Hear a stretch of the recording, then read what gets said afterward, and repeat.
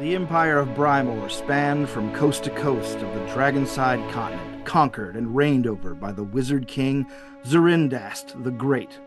But it was near the end of his long 200-year reign that he grew to think that none of his 10 sons could hold his hard-won empire together after his passing. Instead, he would find a strong heir on his own terms, and to do so, he created the Royal Labyrinth of Worthy Succession, a grand and deadly dungeon. Many adventurers, both heroic and villainous alike, tried to best it, and all fell short.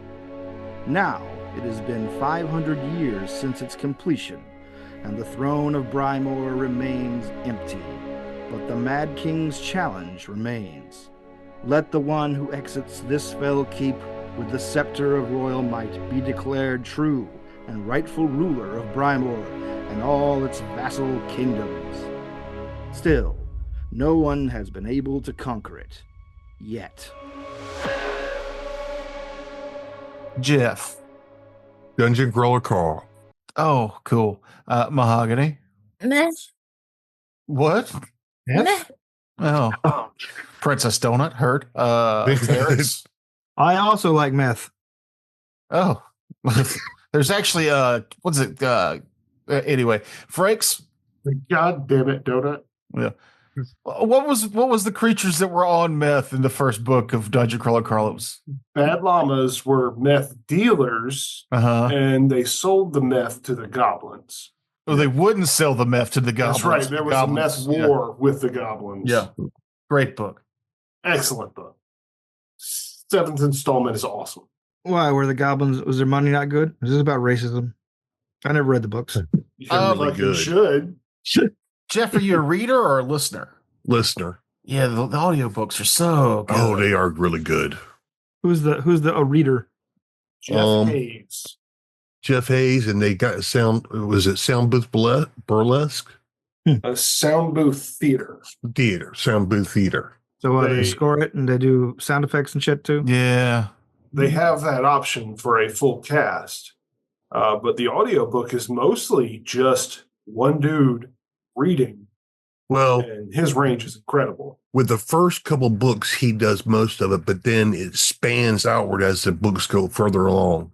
They'll get a guest reader in there. And who was the one they got for the last book? He was Carl's dad was voiced by Patrick Warburton. Yeah, Putty. For real? That's funny. Yeah. And it's so good. Brock Sampson. Yeah. Carl has kind of a almost Patrick Warburton style. That's not even close. It's awful what you're doing. This really should just stop. That was real bad. Hey, here's my Matt Berry. Ha Matt Berry here. That's your impersonation. That's how good it was. I am a British person. Yeah. New York City. I used to think I could do a decent Patrick Warburton, but ever since the advent of voice texting, where you record your voice and read it back to somebody, I realized I don't. I was trying to practice with a buddy of mine talking about Patrick Warburton, and I was like, oh my God, that's awful. Yeah. Like, to do an okay impression of somebody, you don't really need to sound like their voice. You just need to get their speech pattern down, really. Yeah, but you didn't do any of that. No. Right? None of it was close. Oh, I know. Jeff Hayes is close, though. Jeff Hayes is good. Yeah, he's his bounces from character voices is he's talented, or he's got some kind of program that's altering his voice a little bit that we don't see. He might have a mixing board, yeah. It's crazy. But then again, what's his name? Police Academy, that dude. And he can fucking score a whole movie. Sound effects and all. Michael Winslow. Yeah. I saw him. I was going to say Bobcat Goldthwait. He has one voice, and it's loud and screechy. I saw Michael Winslow do Led Zeppelin. Yeah, with his mouth. He covered a Led Zeppelin song with his mouth. Yeah, it was good. That is nice. Mm-hmm. That's a nice talent if you have it. I do not. Mm-mm. Do not expect fancy voices. I can imagine it would get really annoying to the people that you're practicing around. I imagine because I practice around people. Wait, that was you with practice? Yeah, oh, Ryza blades. Ryza. Oh, that's right. I'm Australian in this one. I forgot. Well, it's been a whole week, huh? Forgot. I forgot which game this was. We didn't get. You didn't even play the other game this week. I know. That's why I forgot. I'm out of routine. If we've learned one thing about me, it's when my routine gets fucked up. It's the amazing disappearing goalpost with you. It just gets further and further. Anyway, let's do this. Hey, everyone who is listening to this podcast, this is That Time I Raided the Unconquerable Mega Dungeon. Our heroes, when we last left off, were on the top layer of the royal labyrinth of worthy succession. And after journeying through approximately 3 encounters, we had to call it quits. But here we are. Thanks for saying 3. I think it was 2. Yeah, actually, I think it was 2 also. Well, I considered the previous one like a conjoined encounter. It was both a combat and a trap. Well, very close to each other. Yeah. But anyway, so yes, when we last left off, you had just defeated a zombie owlbear and were licking your wounds. And I don't think that actually has any mechanical benefits. You might want to use like skills or spells to deal with that. And searching for treasure. I think we found the crystal. Yeah, you found more of that necromantic crystal growing inside the skull of this rotting owlbear carcass. Forgot about the crystal. But of a much more sizable chunk. But beyond that, you don't really find much else.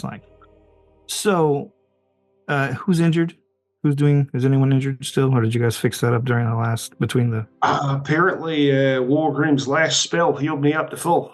All right. His battle medicine or whatever you did. Yeah, it was surgery. That's right. Risky surgery. A risky surgery. He cut him up and then sewed him back together. He just runs at you with a scalpel in his arm like it's a baseball bat. Hold still. Hold still. This is gonna hurt. It'll hurt you more than it hurts me. So, what do we know about this? What was the deal with this gem or ruby? What was it? It facilitates undead creation. Yes. Oh, it was the same ones that we'd found in the graveyard. Okay, now it's come back to me. Yeah. Bigger. And I thought that maybe they were somebody was taking these out of the dungeon to make monsters appear outside of the dungeon, which they're not supposed to be able to do, right? That was kind of a mystery from the town. No. What you surmised last time from the locals is that there's a lot of residual magic oozing from the dungeon construction site. So monsters appearing here isn't terribly uncommon. Thankfully, they don't seem to be coming in very strong varieties, at least outside the dungeon. Until, of course, you guys found that highly advanced mimic that escaped. Mm-hmm. So where are you going from here? There is a path. If you go back a room, there was another path that goes to the south. And there's a path in the room you're in that goes to the south. A doorway. Let me see if I can get it. Yeah. Let's see it over there. And Belgrup, you're our perceptionizing trap guy, yeah? No. I'm the trap guy, but my eyes aren't what they used to be. Was it Wargrim? Were you the better at looking at traps? Or was I better? Apparently a ranger was. Yeah. Wrong again, bro. I forgot she was a ranger. I'm sorry. I almost called you bubblegum. I know that's not right. Good God, my brain is Swiss cheese. Don't do drugs, kids. Or do drugs, kids, but do enough to where you don't notice your deficiencies. Do enough that you don't care. Don't half-ass it, is what I'm saying. So was that a whole-ass your drug use? Was that a doorway or just a hallway? That's a hallway. That is a hallway. Oh, you mean in the hall? The one to the right and south. Yeah, where Rouse is going. Yeah, was that was just an archway or something? Yeah, it's just an open doorway or open hall. I still would like to check this hallway for traps before I head that way? Sure. Give us a roll. That is a 15. All right. You don't detect any traps Per se. in the hall.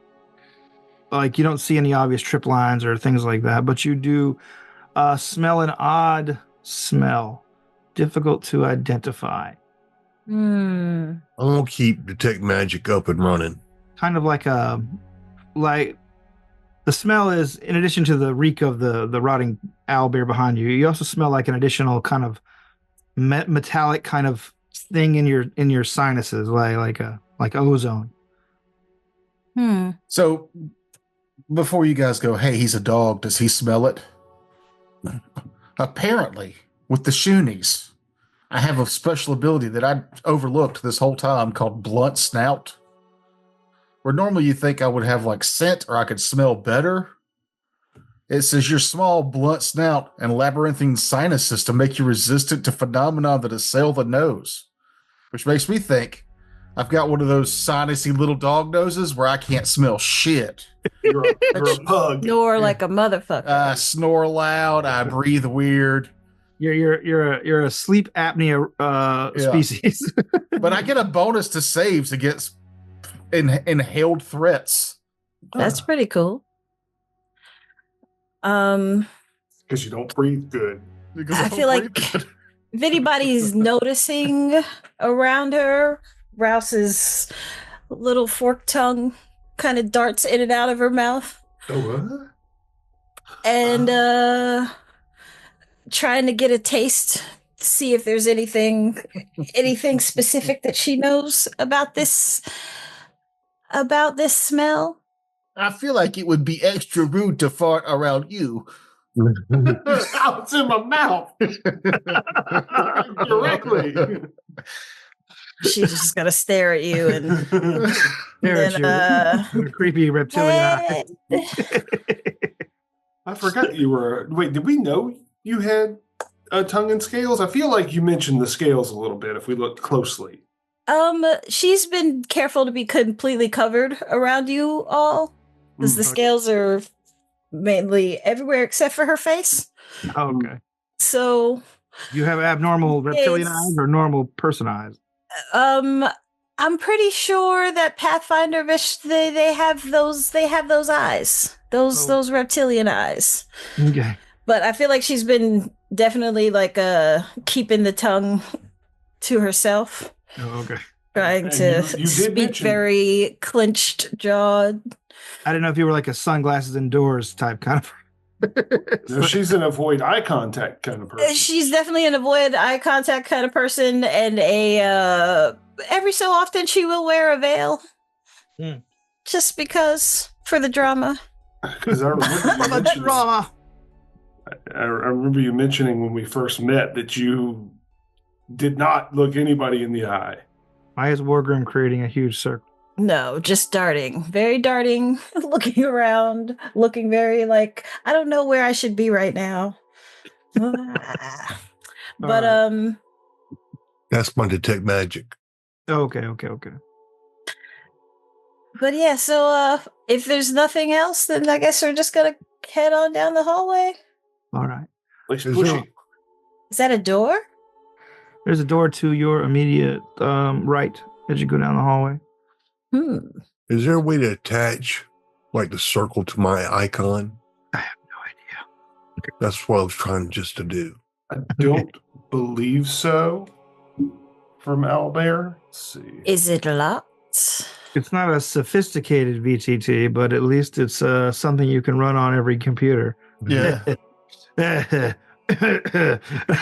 Is that a knock on Foundry? No, it was a knock. It was a knock on the one Wizards released and just kind of abandoned immediately. Did they abandon that already? They've abandoned 2. Mm-hmm. Jeff, click on token to apply the aura from the configuration menu. The aura will be attached and centered on the token and locked, but will not scale with the token. All right. To delete an aura, double-click it and click delete. So saith Google. It's in extensions. Yeah, you'll have to. It's a download. Oh, okay. So for our current configuration, no. Yeah.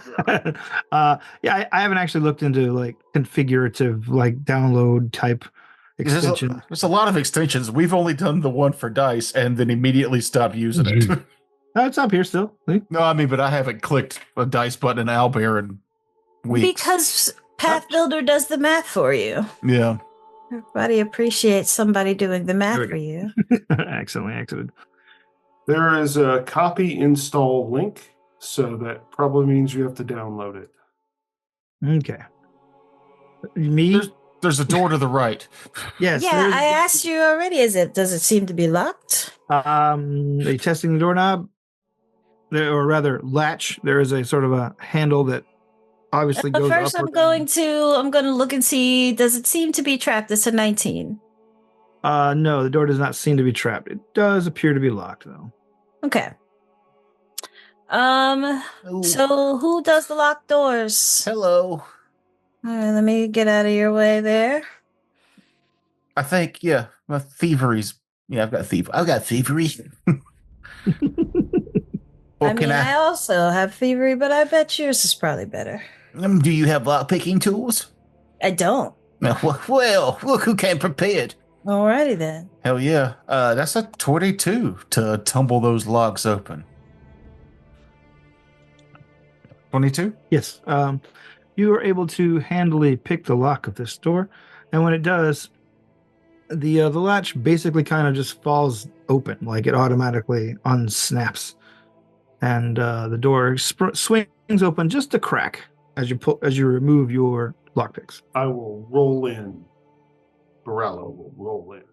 What now? He's gonna roll into the door. Okay. All right. Barello is going to roll in. Rattle, you roll into the room. It's sort of a largish 15 by 15 affair, which I know doesn't look big on the map, but that's still a fucking sizable room. Yeah. It's something I don't think about often, but like when you watch horror movies and stuff, like how big the houses are because they have to like have action happen in the living room. Yeah, Could you imagine a ghost film crew? Yeah, imagine a ghost chase happening in like your normal size living room, like ours over here. Yeah. It'd just be like rounded around in a circle. Just tripping over fucking shit. Yeah, it'd be awful. In my apartment, it would take one step and get me. Yeah. Yeah. Yeah. Is there anything in this room? Yes, there is something in this room. You find 3 dead bodies. Ooh, I will roll perception as I seek action. All right. Natural 2 for a 7. You see 3 dead bodies, but you're not a complete idiot. You can tell that they're fairly fresh in that you smell kind of burned flesh in the parts of where you can see flesh. Do we recognize them? It looks like maybe it might be. No, you don't recognize them. No, it's not group number 1. No, it's not group number 1.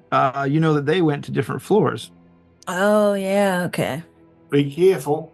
They look burned. There might be a trap in here that wasn't on the door. Let's have a look-see.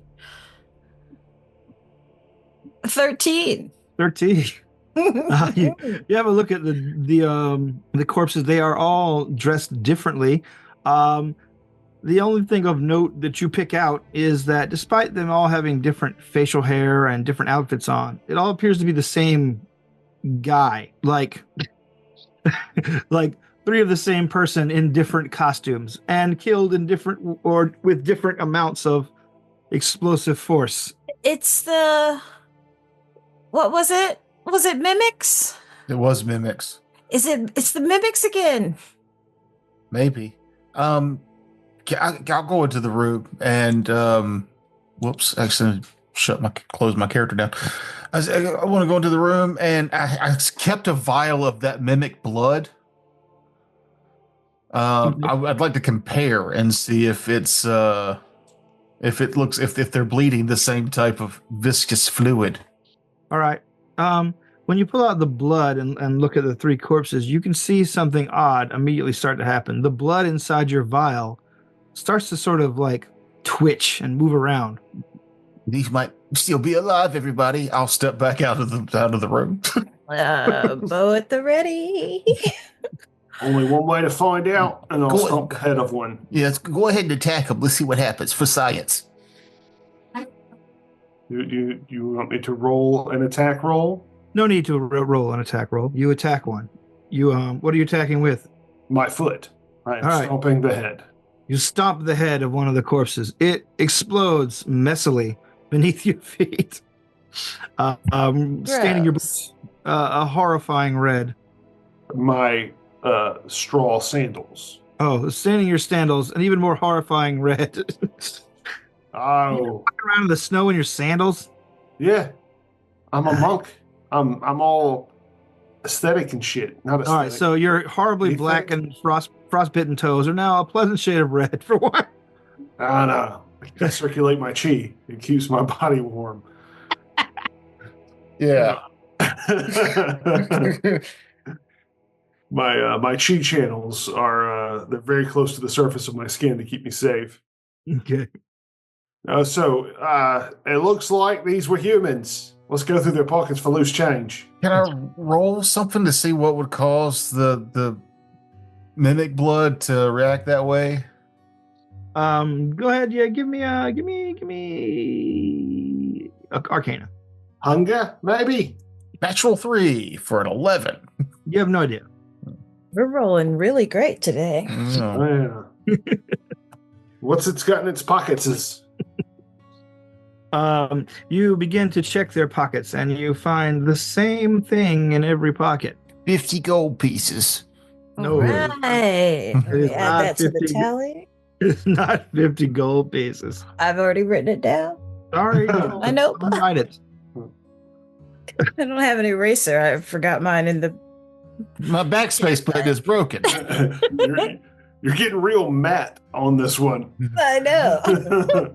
You find a paper bat that like an origami bat. Oh, like the animal. Okay. Yeah, like it that is holding a small rod of copper. Hey, Wargrim, this picking up on your aura senses? I don't know. Does it? No, these are completely mundane items. Though you are detecting a more powerful aura coming from the vial of blood that Barallo is holding. Like it seems to have been picking up a magical steam. I'll mention that. Maybe you would have some idea as to why it would be doing this. I'm verklempt on reasons that the blood would act this way. Why do these people look exactly alike if they're not mimics? Does anybody else have knowledge arcana that could attempt the check? I can attempt it. I have no train. You don't have to be trained to do knowledge checks. Not for arcana. Yeah, you just might randomly know shit. Well, Okay, I'll roll at a +0 if you want. I feel like that should have a limit. Like, I don't know. No, it says recall knowledge is not trained only. Oh, okay. yeah. But I mean, the DC on some of those could be higher than 20, which means even if you roll a natural 20, it's still a failure, right? No, because if you, if you roll a natural 20, it's a success. Up one. Yeah. Right, but if your you would success fail, is still... but it would bump it up to a success. Okay. It If you roll moves a it up natural one 20. place. Natural Yeah. 20, yeah. Mm-hmm. Anyway, what'd you roll, Jeff? 8 plus 1, 9. Okay. All right. All right, so I'm going to give it a try. Ooh, 18. Okay. You take the vial and have a good hard look at it while your compatriots are kind of scratching their heads. And you can see in the dim light of the hallway that there is something flickering inside the blood, which has now gone from a red to sort of a at first it started turning dark, a dark color, and then greenish.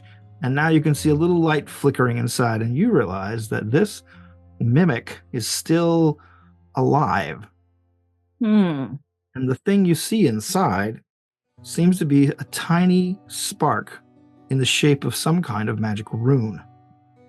Feel like that's the sort of thing where she would see that and probably pull out her notebook and flip through it, back, looking for something. And be like, yeah, okay, that's what I thought. This thing seems to still be alive. something that I saw at one time, and she probably like reads you the whole page, the pertinent information. What she saw, when she saw it.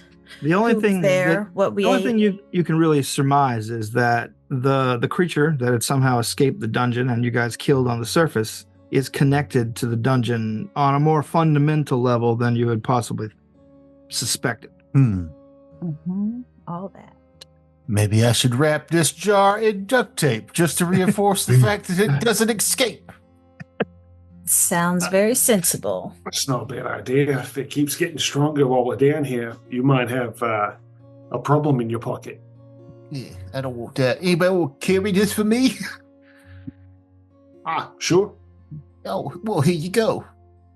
I'll hang on to that. Just let me know when you need it. Yep. That's what buddies do here. Yep, right. yep. Sleep tight. All right, but other than that, you find nothing else in this room. Can we just pause for a second? Sure, yeah.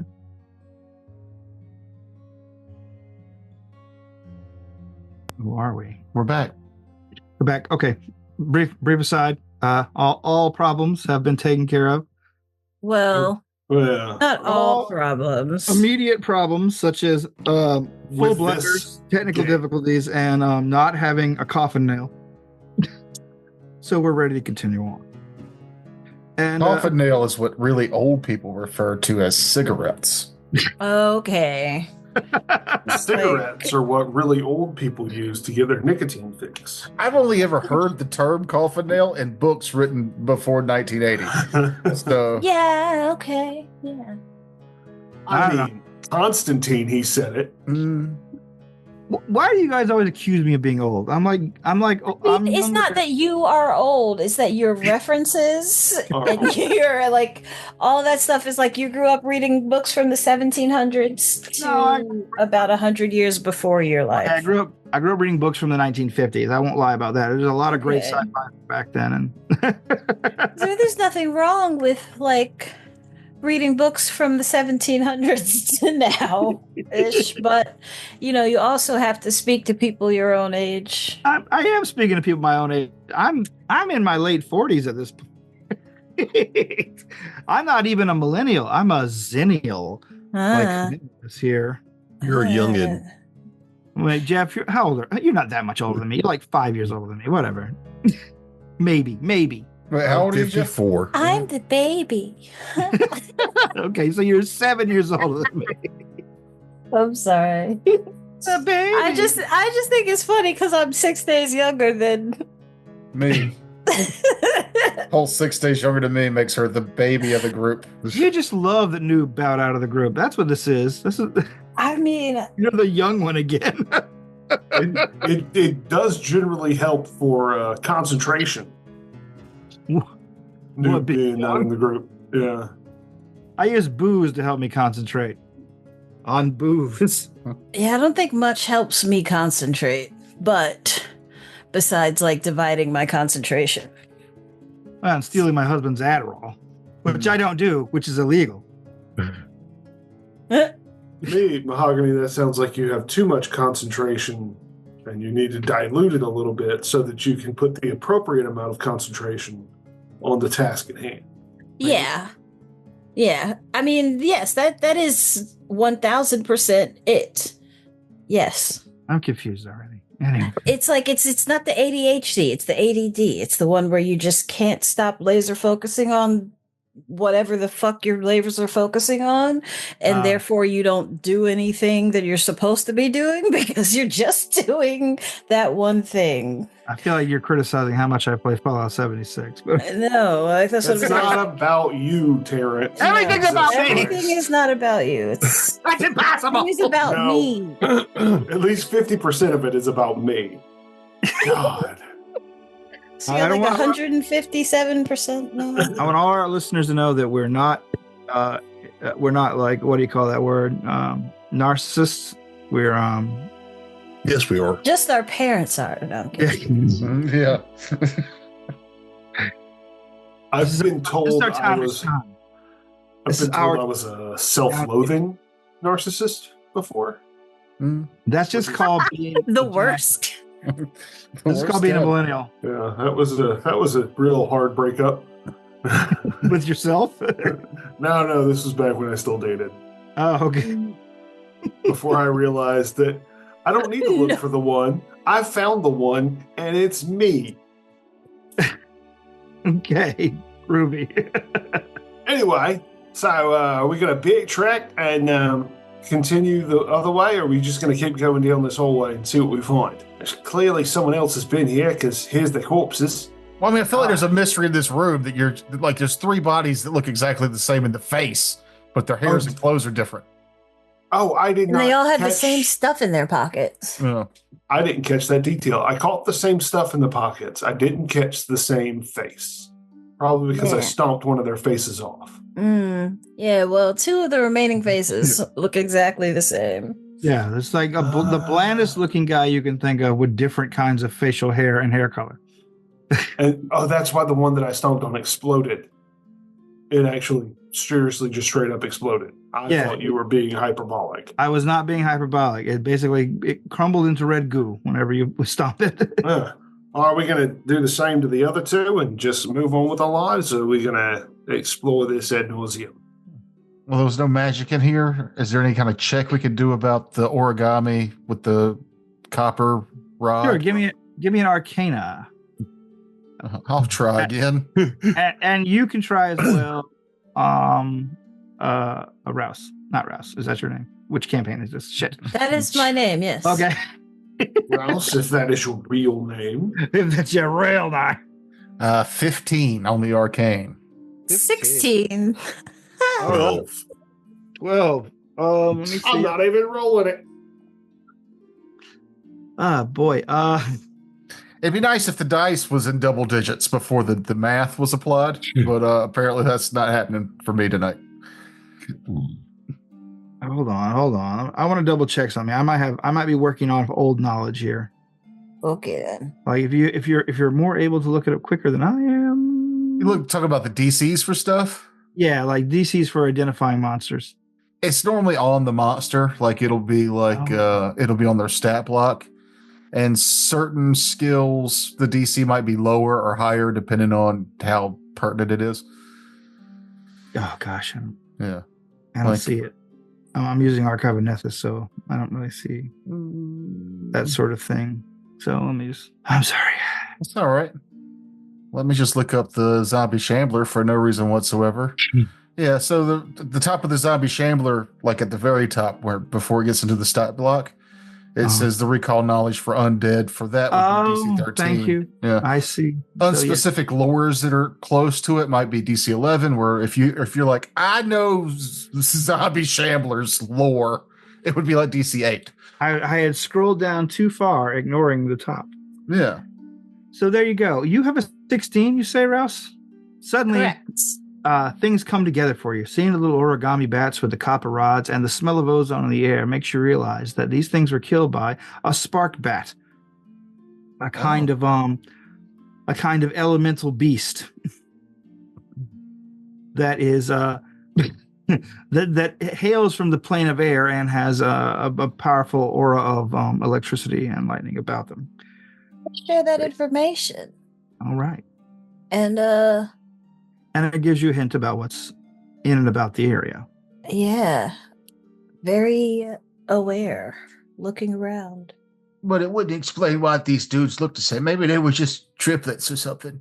I mean, I guess it is not unheard of. But no, he exploded into goo when I stomped his face. That's not normal. I've stomped a lot of faces before, and they haven't done that until I came up here. I don't think cold weather makes people turn into jello. Does it? That is also reasonable. Should I go ahead and stomp the other 2 just to be safe? You just really want to stomp those things. Just, get it out your system. Yeah, All let me back away. But I don't. Real quick, before he does all that, is there anything on them that's worth anything, like non-magically? Like, do they have any gear? They have very cheap gear on. It looks almost ornamental. Other than the cloth that they're wearing.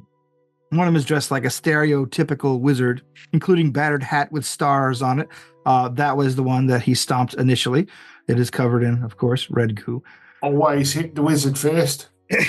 The second one seems to be dressed like a typical warrior, but however you see the armor is made of incredibly thin, like almost sheet metal kind of like thinness of armor. Like aluminum foil? Not foil, but like something you would make, like a tinsmith would make instead of a blacksmith. Okay. As if a mimic was trying to imitate armor. And the third one is dressed in robes and has a very priestly looking, kind of a tallish, mitre-ish looking hat on him. Smash him up. All right, stand back, everybody. All right, he goes. I will do the Bruce Lee sky high jump and come down with both feet on each one of them. All right, in a splash of gory exuberance, Jeff moved his character way out of the room. Oh, yeah. Morello destroys the heads of the two others. It's going to. Turns around to see us gone and the door closed. Now you guys got your plastic sheet like you're at a Gallagher show. You know? Yeah. He's melon crazy. Whoa! R.I.P. Will.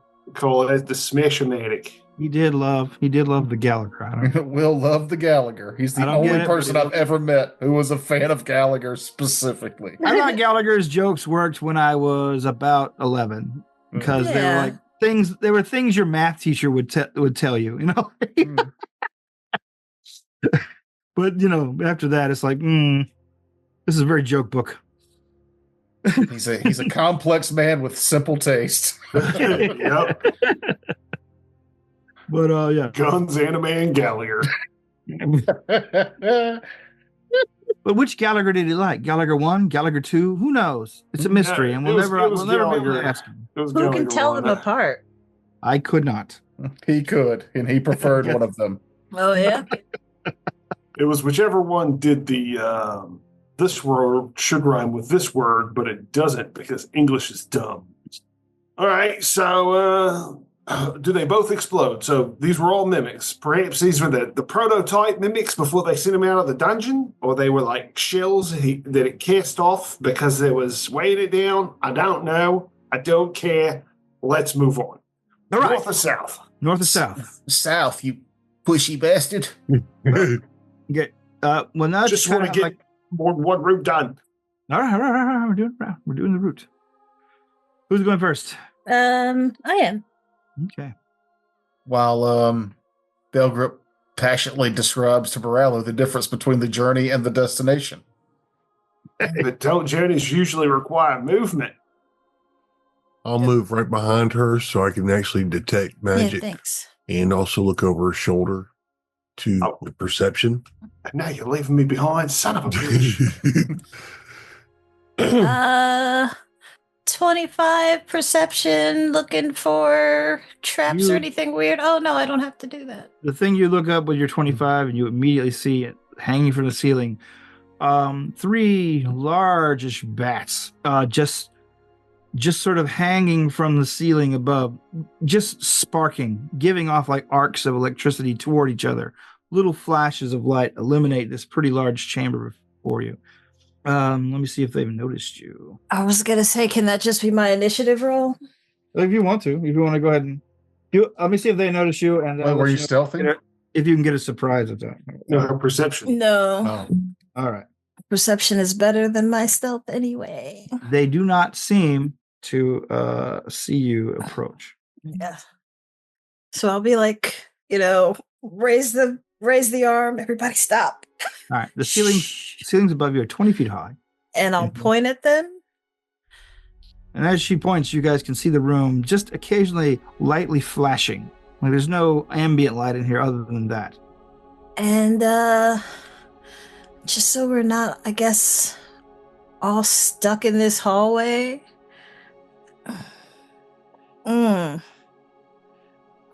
I want to take a shot at him, at one of them.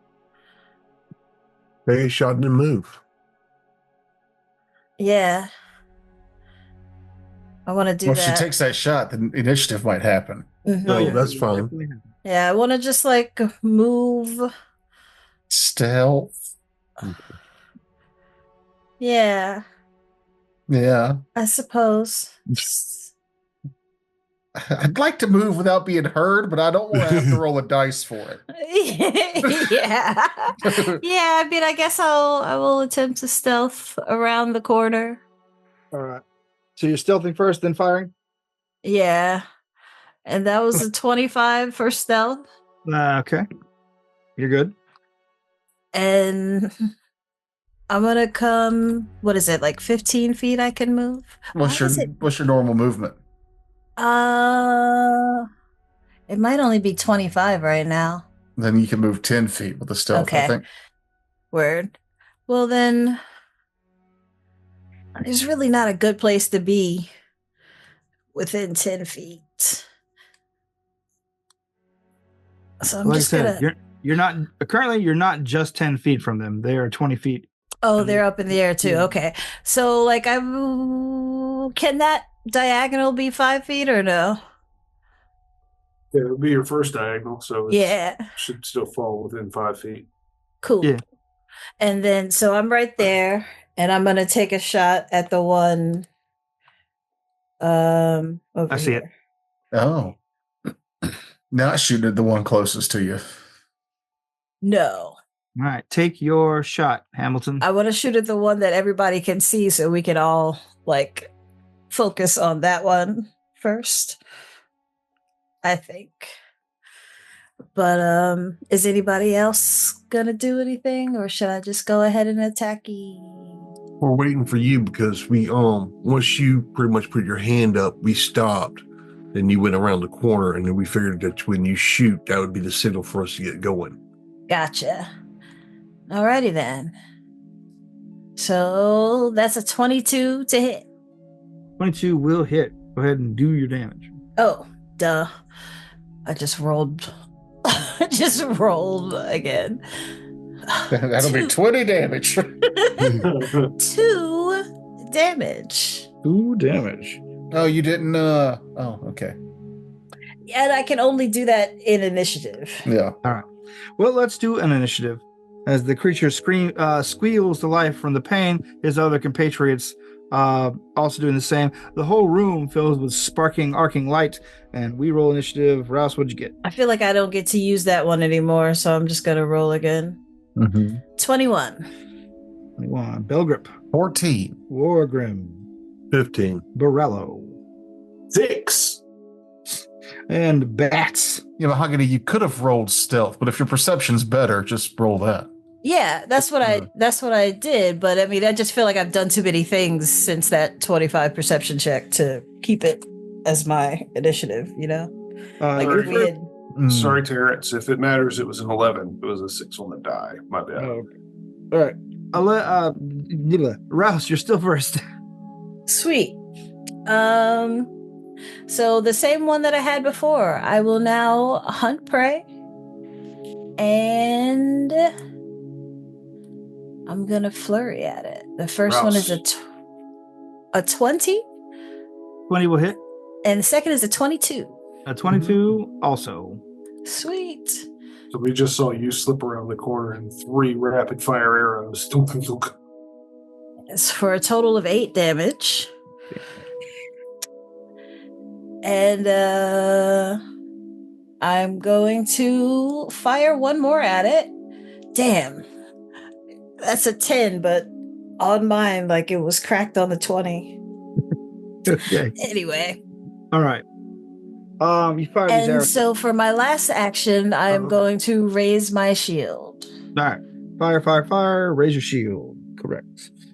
Let's see. Rouse was 21. The next person in line is the Bats. The Bats! The Bats! The Bats descend upon Rouse. I'm using the wrong thing. Help! The room is covered in darkness. They flutter down from the ceiling, all intent on finishing you off. Squeak, squeak, squeak, squeak, squeak. Squeak, squeak, squeak. That's the sound. Only it's more lightningy. I don't know how to simulate that with my voice. Maybe sort of a buzzing squeak. Who knows? Rouse, your AC, is it? Oh my gosh. Bobcat Goldthwait does the voices for it. Lightning sounds. Does 22 get you? Absolutely does. Okay. All right. Rouse is swarmed by these bats. These bats come down shockingly hard on her. Oh my gosh. Their bites do not feel like bites, but arcs of electricity. Their damage is pure energy. Hey. As all three of them hit you, unfortunately. Fortunately for you, I rolled 3 1s on 3d4. Because I'm just that good. But the damage is 18. Damn. Ooh. Oh yeah. Alrighty then. Let's see. That's them. Move, attack. I guess they get second attacks. Wait, you had your shield up? I realized actually that I didn't have the actions. Because you hunt I hunted prey. Okay. Yeah. Oh, okay. Well, and since he was over my AC, I just didn't say anything. But. Since it's me, on the second attack for all three, I miss all three. Which is good news for you. Let's move on to the next person. Good news, everyone. Wargrim. You guys see just like a blast of lightning come to the ceiling and disappear out of your vision toward the corner of the room, presumably where Rouse had moved. Wargrim, what are you doing? Moving. All right, you see Rouse utterly surrounded by these horrible lightning bats. My sword is imbued with Barrow's Edge, and that is part of my initiative. And is any of these, like this one right here that's right north of me, is it at less than half its hit points? No, you pass by the one that seems to be injured. Like you can see the arrow is still floating in its electrical form as you walk past it. The one immediately to Rouse's, I guess if you're facing forward, left. But okay. Yeah. Well, that's all right. Which one is it? This one? Yeah, that's the one that's injured. I'm telling you that now in case you want to back up and and also take advantage of flanking. Change plans. Yeah, if I do get from right here, well, actually, if we kill it, then they can go in that same spot. All right. Do your attack. 16 to hit. 16 does. And don't forget they're off guard. Hit. Or it's off guard. It's off guard. That's right. Mm-hmm. So let's see. Where's that dex? Yeah, that will hit. Okay. Is it less than half health? Let's see where we at. It is at exactly half health. Does that matter? Yeah, because now it does more damage. Yeah. Actually, it's not below half. It's not below half its maximum hit points. So no, it doesn't. So it still does just +1. All right. I want to blame Mahogany's low rolling on those first initial. Your sneak attack was a 2. What did I do? 2 damage in the surprise round. 13 points damage. 13 points of damage, however, is enough to finish it off. Dang. The creature lets out a large sparking squeak and explodes into a flash of light, dropping a little gem on the ground. Oh, piece of candy. Ooh, that was you. Do you have any other actions, Wargrim? Move. I've actually got 2 actions. All right. Actually, I only got 1 because you moved. Yeah. Attack, so I got 1 more action. 17 to hit. 17 is a miss. Okay. Belgrip. Belgrip's going to move up behind Wargrim here, keeping this mountain of a man between me and possible danger. While I'm walking up, I'm fiddling with my with Tanya, the name of my weapon. Anya. Tanya. Ooh, Tanya gave me treats when I was a baby. And fuck. Fail on the overdrive attempt. All right. So I'll only do the one additional cold damage if I hit. I just see your character like just fiddling with knobs and levers on this thing and just getting mad and hitting it and shit. Yeah, just not good at making the device he uses works. What's funny is it's like, hey, eventually this becomes kind of trivial for your characters to succeed to these checks. Win, because it's not now. Not now at low levels when you need it. Go ahead, do your shooting, as Frakes is often inclined to say in other campaigns. 21. 21 will hit. All right. So this Assuming will you're the one be... you're directly diagonal from there. Yes, the closest one to me will take a whopping 3 damage. All right, 3 damage. What kind? Cold, you say? 2 bludgeoning and 1 cold. All right, just checking. Yeah, okay. Not immune. Good. These are elementals, so they're immune to stuff. Yeah, I was hoping cold wouldn't be on that list, but that's my go. I moved. I fiddled with my fiddler, and I hit it with a pellet. Borello, the call is getting clogged at the end, and you hear a lot of sparking, shooting, and slashing. What are you doing? Morello is going to move through his friendly people's squares, get to there, and back up. Rouse with so that's 1 move, and I'm going to flurry of blows. First strike was a natural 20, but it's a 10. Second strike, and that's a 9. Excellent. Cool. I get up there and I flail. Okay. I'm sorry. I'm going to have to switch to physical dice, I think. Rouse, we're back to you. You're injured. These things, one of them has been taken out. You know that they are pretty hot to kill you. What are you doing? This one looks like it's been damaged. It has. And 3. this one not. Right? Correct. Okay. And my hunted prey is dead. So I'm gonna look at the one that's been damaged and hunt prey. I'm also going to take an arrow, and I'm sure that they were like pecking at me, so I'm probably bleeding somewhere.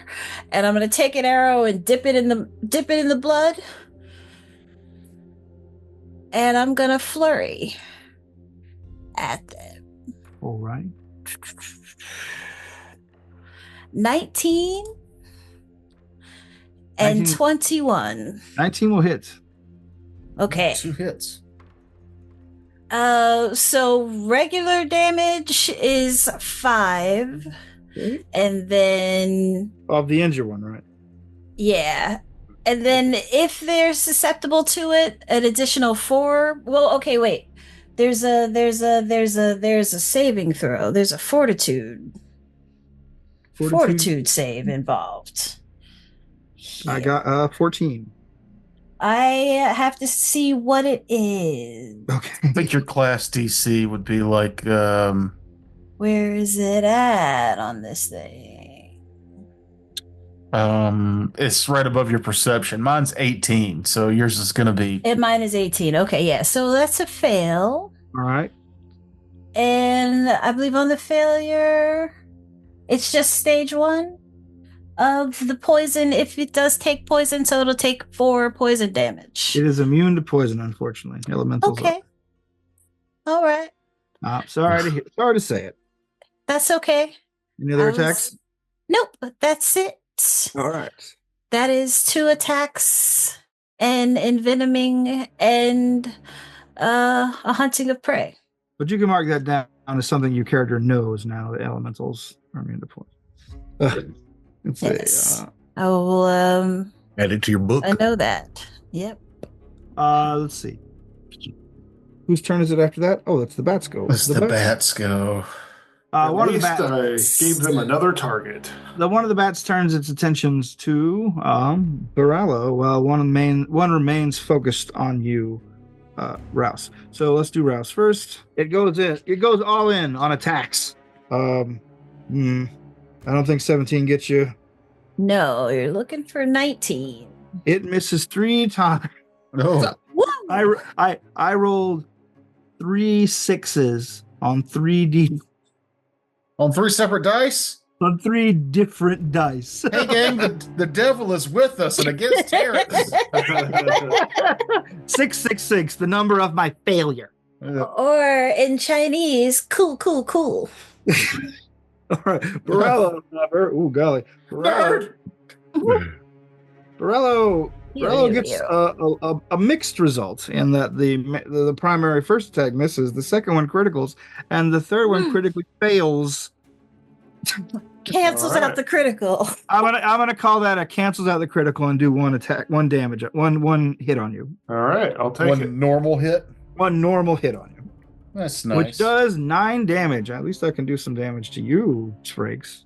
That makes absolute sense. All right, that was the bats. We're at your go, Wargrim. Jeff moves into a flanking position with Pirello. Oh, fuck that. He moves into one with Rouse instead. These spark bats, let me check their feet. Nope. Okay, you're good.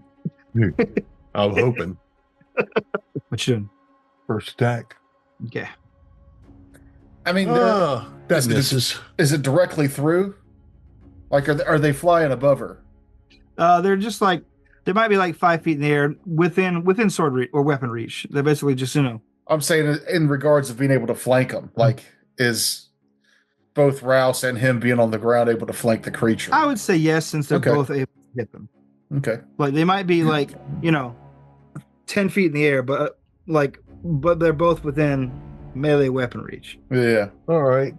First attack missed. You sure they're off guard? Their AC is too low, or Doesn't matter. I rolled a 2.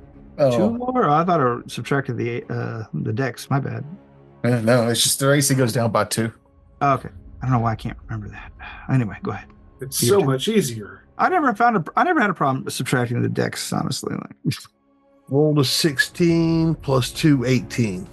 Well, if they're flanked, then that's a hit. All right. How many hit points does it have? This is a fresh one, actually. This one doesn't at all. 10 points of damage. 10 points of damage. All right, now it's at half. All right. Why do you keep asking that? I'm just curious. Actually, it's below half. My bad. It doesn't matter because I moved. That was my second attack. So that's all my actions. All right. His weapon does more damage if it's below half. Right. What's that called, though? That's the Barrow's Edge ability. Belgrip. Neat. I missed that earlier. I missed it because I was excited that Mahogany's shield might break and I'd be able to fix it, but that's not that. It never happened. So I was reading that for no reason. You can fix mine. Oh, is it broken? Yeah. I think it's broken from the bear encounter, actually. I can repair. I'll have to check. That's what I was looking for. If it's broken, I might not be able to. But if it's just damaged, anyway, I fiddle with Tanya. Okay, you fiddle with Tanya. Fuck! I rolled 1 higher than last time. Still a failure. So disappointing, Tanya lover. Got it. Yeah, I should change the name. You stupid motherfucker. Rolling damage. All right. D6. Ooh, max damage of 6. So 6 bludgeoning, 1 cold. You hit? Did you hit? Did you roll to hit? Oh, I didn't roll to hit. I'm stupid ass. I feel like I'm missing something. I've had a few beers, not that many. I've had Mike's harder lemonade. I don't think it's a crit, but I rolled a 19 for a total of 26. So yeah, it'd be the 6 bludgeoning, 1 cold. All right, 6 bludgeoning, 1 cold. Let's just call it 7 and move on. The creature's still up. Wait. Injured. And I will. So that was just overdrive and a shot, and I will. I'll raise my shield, just in case. Borello. The one before you was injured. The other one is being flanked. Gonna go all in on the injured one. I forget. Do you guys? Is the one your Borello is fighting also flanked in this current system? Like you guys? Okay. I would have to be. Actually, If I you could take one step. if you step to the I'll right. step here. So Okay. that's a step. That's one action. All right. I will flurry. First hit. Oh God! If you're flurrying, you're looking for a 17. It bounced off of it. Oh wait, I said I was going to do this. So the first one is a miss with a natural 2. The second one is 16. Ooh, so close. Yep. Third, I'm gonna go one more time. All right. I stepped. I flurried one more time. All right, cool. Mm-hmm. Is that a miss? I guess. Yep, a 4. All right, Rouse. Top of the round. Oof. All right. Two injured. What are these guys called? Spark bats. I'm going to flurry on the one that I have already declared as my prey. Which one is that one? The one. The injured one. Yeah, they're both injured. The one between me and Frakes. Okay, yeah. Gotcha. The same one I've been attacking. Yeah, Gotcha. Please kill it. 16 is first time. 11 for the second one. 16. I'm afraid those don't get you. Yeah. Trying again. Natural 20. That will 22. Do it, though. Then I will call that a critical. What are you doing? That is 15 damage. All right. Your third arrow, after the first 2, the bat nimbly dodges with his electrical body, is unable to avoid your powerful third shot, sending it back to whatever electric hell that it came from. And you said Jim fall out of the air. And with my last action, shall I move? Yeah, I think I might move. Yeah, that's it for me. Leave the area open for somebody else to flank. All right. That somebody is the bats. Well, the bat. Or for the bat to come chasing me. All right. The bat turns on Wargrim, who is the nearest person. Wargrim. Oh, my God. Wargrim. Oh, no. Wargrim. All right. Wargrim, 25 gets you, correct? Yes. How about 23? Yes. How about natural 20 plus 3? So, yes. Yes. You get hit 3 times with one with a critical. Jesus. Jesus Christ. Sorry, Wargrim. But shit. You're about to get electrocuted. All right. Oh, no. For 27 damage altogether. Good God. Ooh. As the bat basically just dives into you and begins biting and gnawing, arcing electricity across your entire body. Is he okay? I don't know. Wargrim, are you okay? Still standing? Yes, I am. It's your go, and you're still standing, but you are hit pretty significantly. All right, hold on. Since you did all the damage to this guy, I guess he wanted his licks in. Yeah, let's see. I got 1 hit point left. Woof. Okay. Fortunately, you can do something about that. For now. Yes, I can.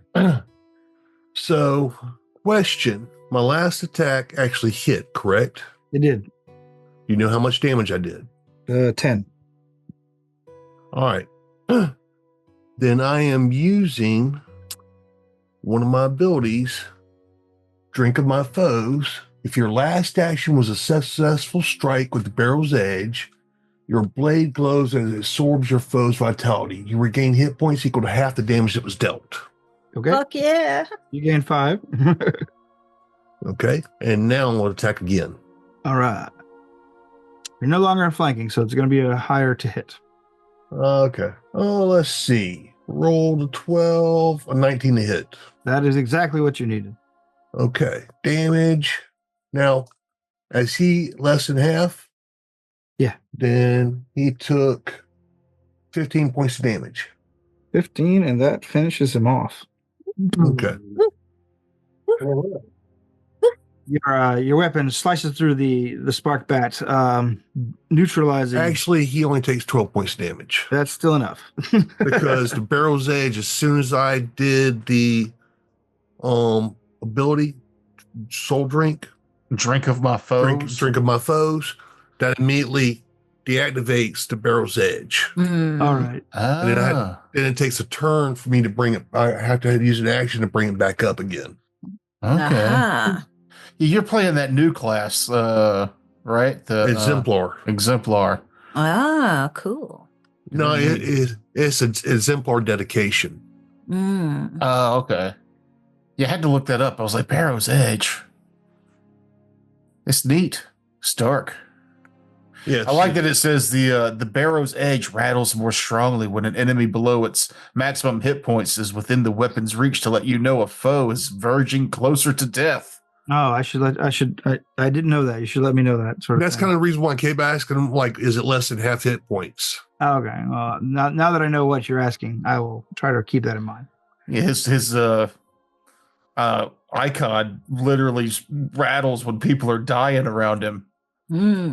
Gross. It kind of reminds me of Stormbringer. Okay. That's where it feels like the inspiration came from for that ability. All right. So the room plunges back into the darkness that you guys have been accustomed to in this top layer as all the lightning dissipates. But many of you have seen, like, whenever the creatures have died, gemstones have fallen onto the ground wherever they were killed. We should probably collect those gemstones. Yeah, might as well keep these. Does anybody have any? Oh gosh, what do you use to appraise in this game? Shit. I think society. Okay, yeah. Yeah, I think society. Or perception, actually, crafting. That's what it is. Yeah, okay. If it has a good craft, that's me. Yeah, let me crafting, or I'd say gem lore or whatever, or jewelry lore or whatever. Yeah. 21. These are crafting. Blue topaz gems, each worth 10 gold pieces each. Topaz is a gem, I guess, magically connected with the elemental plane of air. And there was one on each of them? Yep. I do 4 points of damage to myself, so now I'm at 2 hit points. Oh, that was risky. It was. Oh, well, the first time hearing of this. What?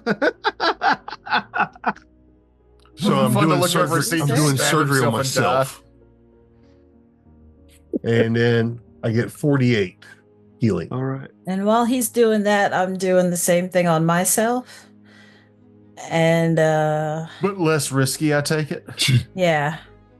Less risky. Franks, was that shield you mentioned, was it at 0 hit points?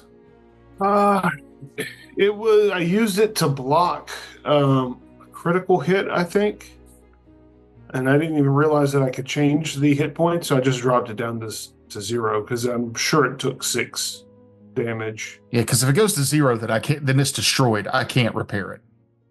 And you should just throw it away. At that point, you have to buy another one. This town makes a fortune off shields. Yeah. Welcome to the Buckler Barn. It's a barn full of bucklers and nothing else. I'm stealing that. Buckler Barn's going to be in Delversville. Please. All right. Yep. It's trashed. We're just going to. I mean, it was just bones and horns that I had strapped to my forearm. Yeah, because I can fix anything in 10 minutes, and I've got a pretty good crafting check, so I can heal it probably at least 10 hit points. But I was like, when it gets to 0, what does that mean? It gets it gets to destroyed condition, which means it just can't be repaired. A destroyed item can't be repaired. Well, so I think a lot of bucklers are one and done. Oh yeah, that makes sense. Since we're taking 10 minutes anyway, I'm gonna try and do a. Oh, now I roll a natural 19. Awesome. That's, good. Yeah, I'm 24 of 28 hit points. Yeah, I'm also down 4. How many do you get back when you treat wounds? Is it a D8? 2. 2d8. If you succeed with a regular success. I think I critically succeed with a 19. All right. No, you need a 25 to crit. Well, it was 19 plus 5, so one shy. 24. One shy. Oh, I thought you were saying that was the total. No, it was a natural 19. Yeah, on Path Builder, if you actually click on the skill, it brings up all the stuff you can do and gives you the DCs. Yeah. What, on treat wounds? Yeah, if you click medicine and then treat wounds, it shows you all the DCs and stuff. It's handy. Oh, okay. Yeah. That's cool. I was going to actions and looking at treat wounds from there. It's a lot to read quickly. Yeah. All right. Where are you guys going next? Are continuing on the path or going doubling back? Well, let's go north. North. Like west. continue on the path, right? Yeah, there's still path here. Let's follow the path till it stops. Yeah. I'll let the ranger get ahead. And I'm still detecting magic. I know. Why does it not fucking move when I tell it to move sometimes? If you roll the measure tool, you're going to swap get rid of the. More depressed than ever. Baralo's just going to follow behind. You're having such a difficult time with your hits. I'm so sorry. Since I came in here, I have done hardly anything. Are you tracking how much damage you do overall, just like on a sheet of paper? It feels like a very you thing to do. I'm just wondering if you're doing it. Is this is a place for checking for trappies? Sure, go ahead. 22. 22. You look into the room ahead of you, and you see that it is covered in blood, just dripping from the walls, ceiling. There are pools of it everywhere. It smells of that irony, coppery kind of blood smell, blood taste in your throat as your tongue flicks out and catches a hard taste of it. Am I detecting any magic? You do not detect any magic per se. I'm not sure, whenever you detect magic, and I've always been at odds with the spell when it comes to creatures. Like, some creatures are very magical, some creatures are not. I'd say golems probably detect as magic, at least on some level. If they have magic items on them. Yeah. Do they get a save against detecting magic? Right. And I'd say created undead, they might also kind of give off an aura of necromancy just because, well, they are fucking pure expressions of the school of necromancy in so much of that exists in Pathfinder 2. But I'm going to say no, you do not detect magic here. But I will let you make a check. God damn it. Sorry. So, detect magic. You send out a pulse that registers the presence of magic. You receive no information beyond the presence or absence of magic. You can choose to ignore magic if you're fully aware of, such as magic items and ongoing spells of you and your allies. You detect illusion magic, but only if that magic effect has a lower rank than the rank of your detect magic spell. However, items that have an illusion aura but aren't deceptive in appearance, such as invisibility potion, typically are detected normally. All right. Then you detect no magic from the room beforehand, but I will let you make a recall knowledge check for occultism if you like. Okay. I mean, is this can move into the room? Anybody can do it. I was about to say, is this a Jeff only roll or No. I'm just talking to the group. Hey, natural 17 for 17. Natural 16 for 16. I also got the people who aren't trained in it rolled better than the people who are. All right, so who got what? Sorry. I think 17 was the highest. Yep, Barallo got a 17. Then you're not sure what's going on here. Everything looks like just a thick layer of goopy blood on all the surface, except for a large pool of it in the middle of the room. I guess I should get up so that give me a perception check. Person in the lead. That's Borello, I guess now. Well, no. If we're in our configuration, Rouse and Borello, give me perception. Then I shouldn't have even rolled that roll. God damn it! Pick up your mind. I thought you said we were in the room. Sorry. Yeah. My bad. Come on in. Okay. And 11? 11. All right. You see nothing out of the ordinary. Or sorry, 13. Same. 27. 27. You, Wargrim, detect movement in the pool of goopy blood in the center of the room, I will mention it as soon as I see something. and realize that it is some sort of living creature, more than likely an ooze, which it will turn out to be. Blood ooze. That's a lot of blood here. Come on. All right, I gotta increase the size of this ooze. Oh no. How big? Only large. I gotcha. Thank you. All right. Suddenly, a lot of the blood in the center of the room coalesces into a gory lump of swirling, bloody gunk. Ah, shit, it's moving. Let's do an initiative. Go ahead and tell me what you have. 24. 24 for Rouse. 19. 19 for Borello. I'm not Borello, you son of a bitch. Balgrip, sorry. 15. 15 for Borello. I'm way cuter than the monk. Do I get to use my 27 for my perception? I'll allow it. Go ahead. All right. All right, let's do initiative for my guy, my bro, my friend, the Blood Ooze, who doesn't do so hot. Would it be easier on you if I changed my name to like Durallo? I'm gonna call you Rollo from now. Sure. That Like, works. how was. I didn't hear anything different. Huh?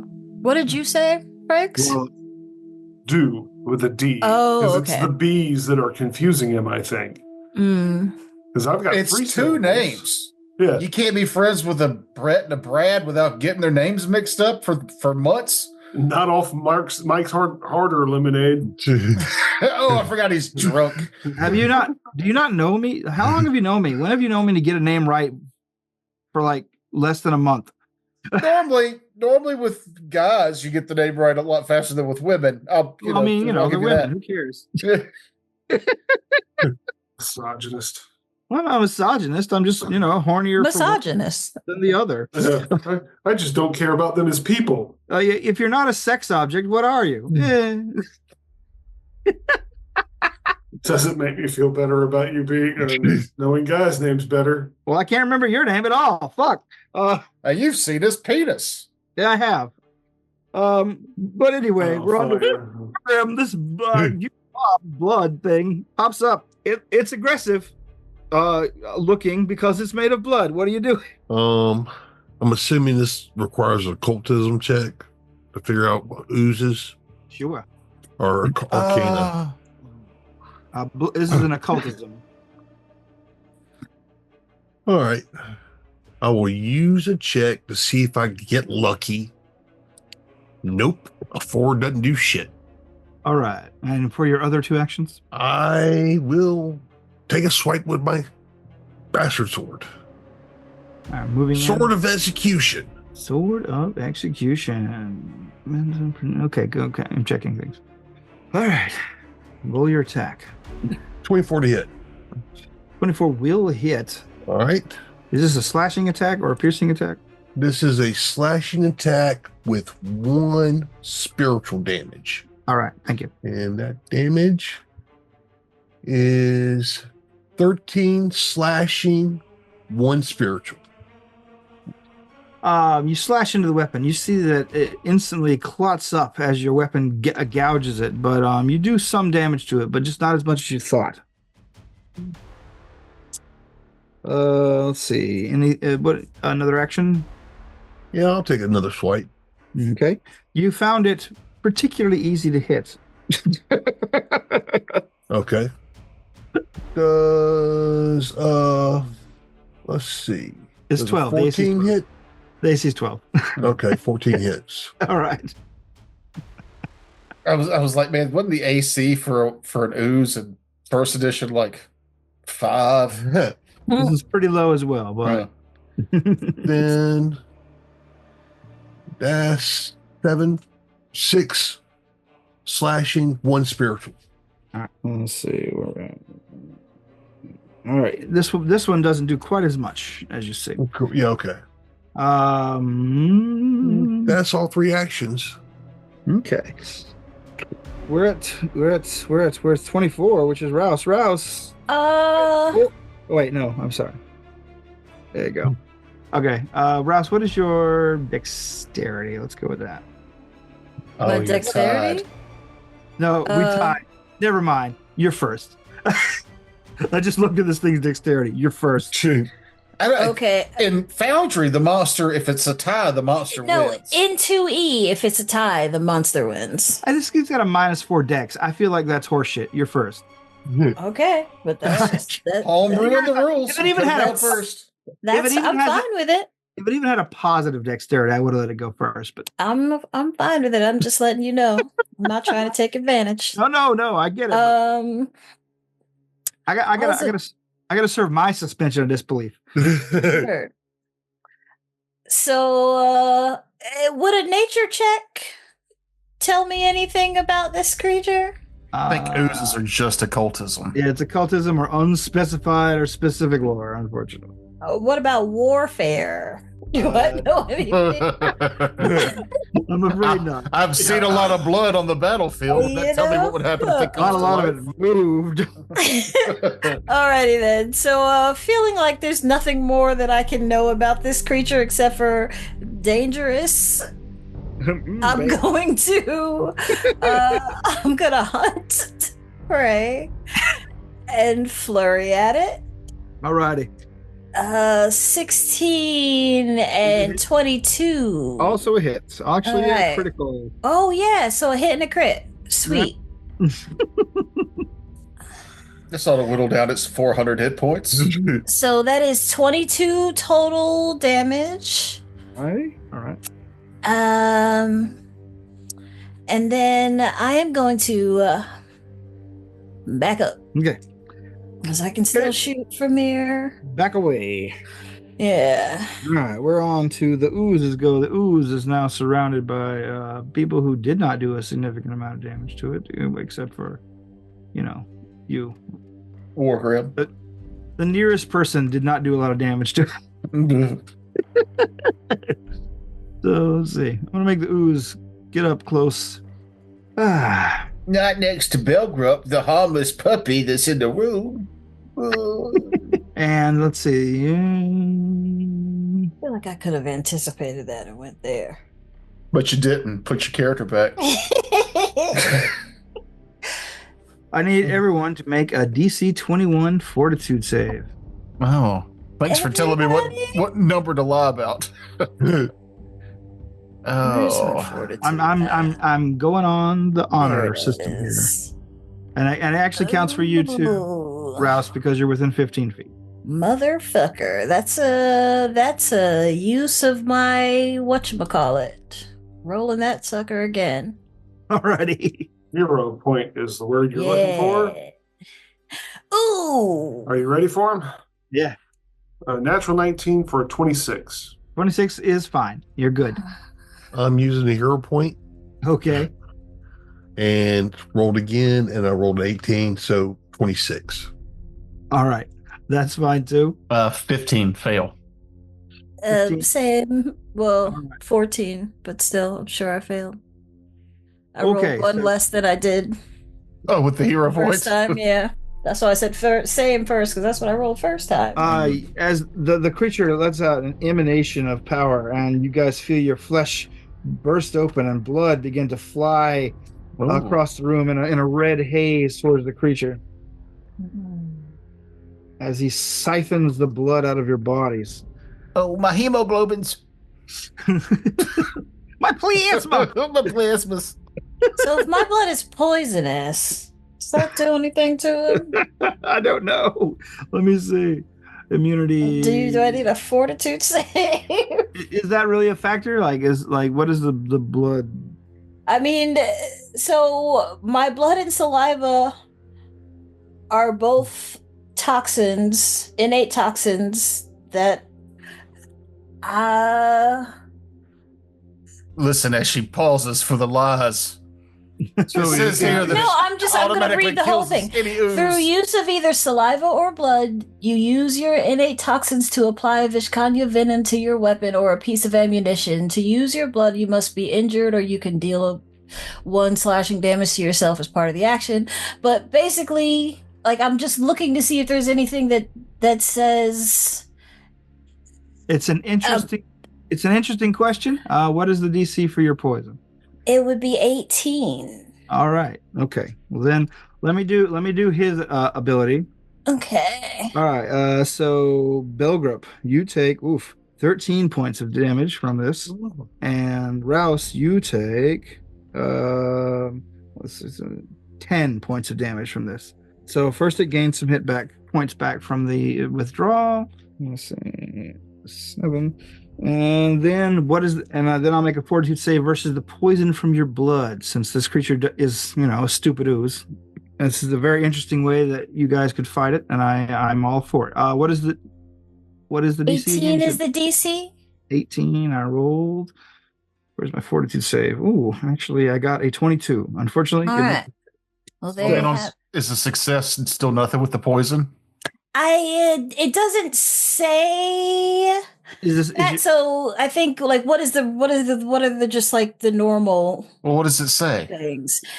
It says saving throw, fortitude, maximum duration 6 rounds. Stage 1, 1d4 poison damage, 1 round. Stage 2, 1d4 poison damage, 1 round. Stage 3, 1d4 poison damage, 1 round. So it's saved on the first round. Yeah, it's fine. It's fine. All right. Good try, though. I'll keep it in mind if it uses that attack again. We're on to Belgrup's turn. Belgrup, this gooey ooze just sucked a lot of your blood out through the air. Over half my hit points in one go. I'm going to roll an occultism. I'm going to recall knowledge to see if this thing has any weaknesses I can exploit. Sure. 22. 22. You know that its immunities are critical hits, mental attacks, precision, unconsciousness, and visual attacks. It does not seem to have any specific weaknesses. You're just gonna have to do damage. You also you clearly know about its siphon vitality ability, which it just did. But it's resistant to like all normal damage because it looked like it took less damage from the slashing attack. Sorry. You know that it can on one, like as a reaction, it can. Oh. It can clot up and prevent some of the damage being done to it. Okay. So yeah, that didn't happen a whole lot during the times you guys hit it. It just happened like the one time. Yeah. Okay. Yep. All right. Cool. And you also know that its attacks can cause bleeding. All right. Yeah. I know everything I need to know. I'm definitely going to run away. Okay. The question is, do I try to hurt it before I run? Run it before I hurt. Yeah, but my best way to hurt it is to spin an action to overdrive and then shoot it, but then I'd still be there. And I don't want to do that. So I guess I'll just do a regular. Yeah, I'll just do a regular shot at it and hope for the best. Because, I'm going to hit it. Let's just hope that I roll high on the. I said I'm going to hit it. Now I feel like I'm not. I'm going to miss with the AC of 12. I'm going to miss. But Jesus Christ, just roll the die. Total of 16. It was close. It hit. 5 damage. 5 damage. All right, it takes the 5. Just regular old bludgeoning damage. 5, 10, 15, 20. Then I go out in the hallway. I scamper underneath Rouse's feet and continue down the hallway. Ow, my blood. All right. See, we're at 15. We're at Rattle. All right, everybody's running away. Surely because I AC 12 ooze. Because I I'm not running away. I didn't take that damage, right? Yes, no, you guys succeeded. You did not take the siphon vitality damage. All right. As much as I'd love to do damage to you people. And I'm just gonna flurry of blows. Wargrim, did you heal yourself between the last? Yeah. Okay. Remember, I almost killed myself. You didn't come in here with 2 hit points, did you? No. Okay, all right, I'm just checking. Because I used the surgery on myself, which almost killed me. I had 2 hit points. Then took 48 critical healing. All right, I believe you. All right, go ahead, Rattle. I'm at 24 hit points. 13 will hit. 15. Also will hit. Both of these are going to they're going to stack for the purposes of overcoming his resistance. All right. So that is a total of 15 damage. 15 damage. You see its wounds begin to seal itself, but you still do a good bit of damage to it. What else you do? Then, so that was 1 attack. I'm going to spend my focus point on a key strike, and I'm gonna. Do you have to do that at the 3rd map, though? No, but I forgot that I could do it. Oh. So that is a 12 to hit. Yeah, well, that will hit. So that's going to be the perfect monster for you. 10 plus 10 plus 2. So 12 damage.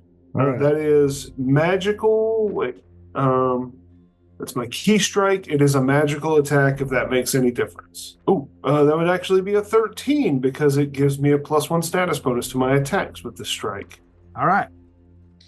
You pummel the bloody ooze, but the creature is still standing up despite the significant amount of damage you've done to it. Those two points are actually going to be force damage. I forgot that happens. Okay. Top of the round, Wargrim. Is it less than half?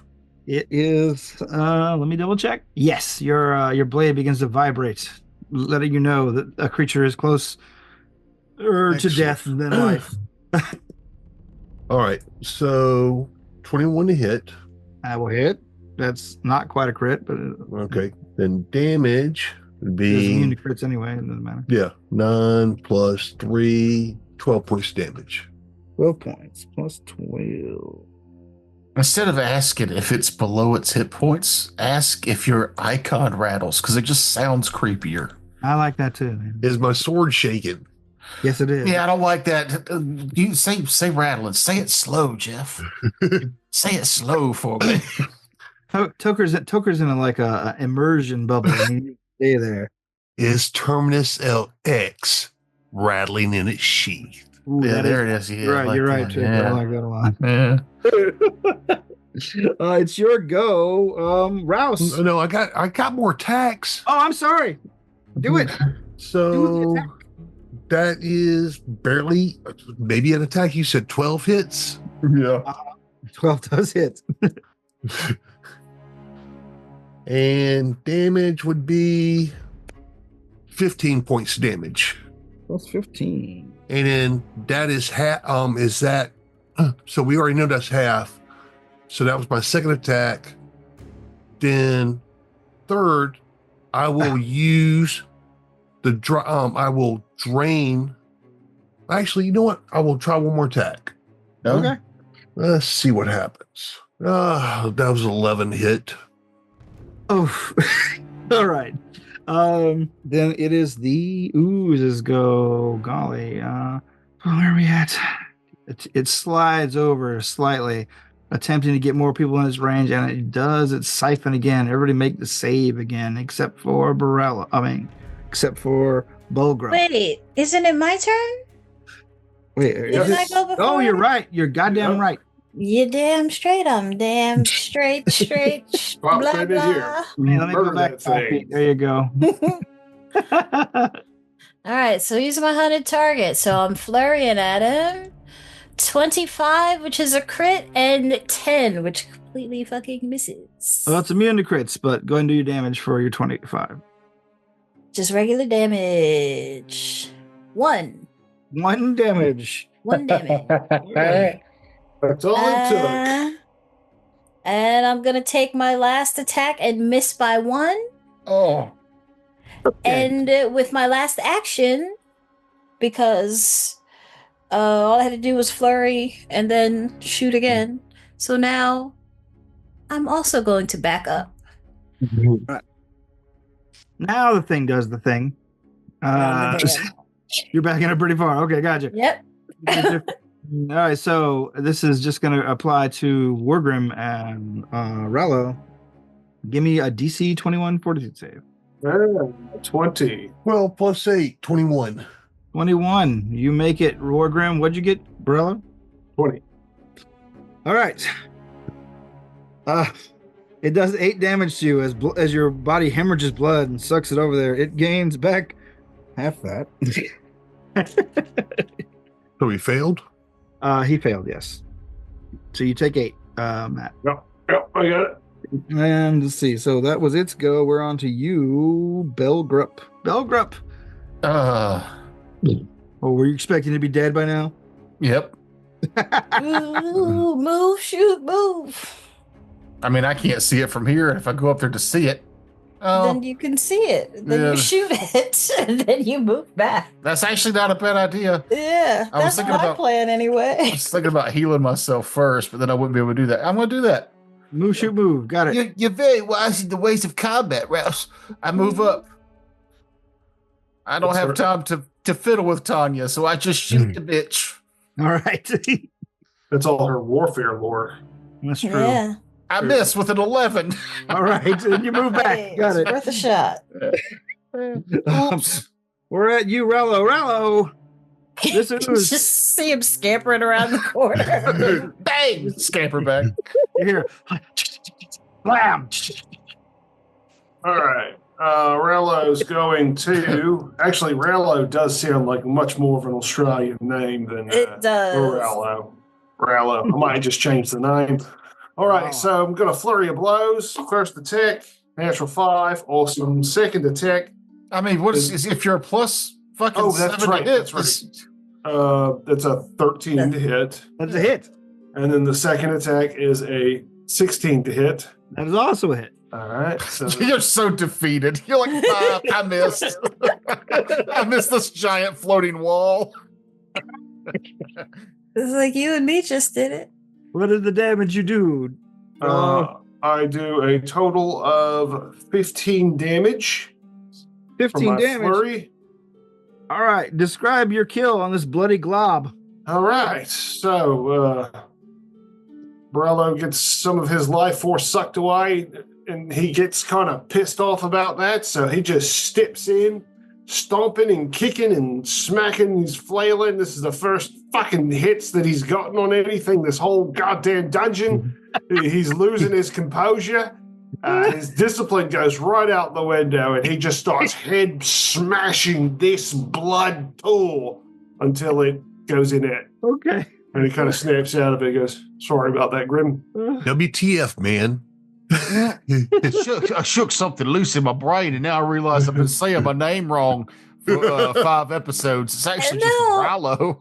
I mean, it could just be that's a nickname for Borello. No, it's BU apostrophe Rallo. The BU is a title. My Bruh. name's actually Rallo. It's Boo, not Buh. Come on, it's like Majin Buu. Come on, you know what Boo means. Anyway, so yeah, sorry about that, everybody. I felt All right, you're covered completely. in bloody. You're covered in bloody ooze as the thing dissipates beneath your feet, becoming a more relaxed, gory slime. But you also see that there is stuck to your shoulder a gleaming ruby gem. Check this out. Hey, everybody. Belgrip, little guy, Rouse. We got it. It's gone now. Oh, there was a few seconds where he ran back around the corner to shoot at it again and saw it was dead. Yeah. And then stands patiently next to Jeff waiting for healing. Let me stab you. Careful, I've only got 9 hit points left. Fortunately, I can't kill you with 1 hit. Ooh. Thank God you took 7 points of damage. Ooh. Jesus. Ow, my leg. I wasn't hurting my leg, Jeff. All right. And then that's it. You take 7 points of damage. Next. Borello just sits over here calmly patching himself up. Same that happen? with Rouse. All right. Hit 18 points back. All right. This guy is. Do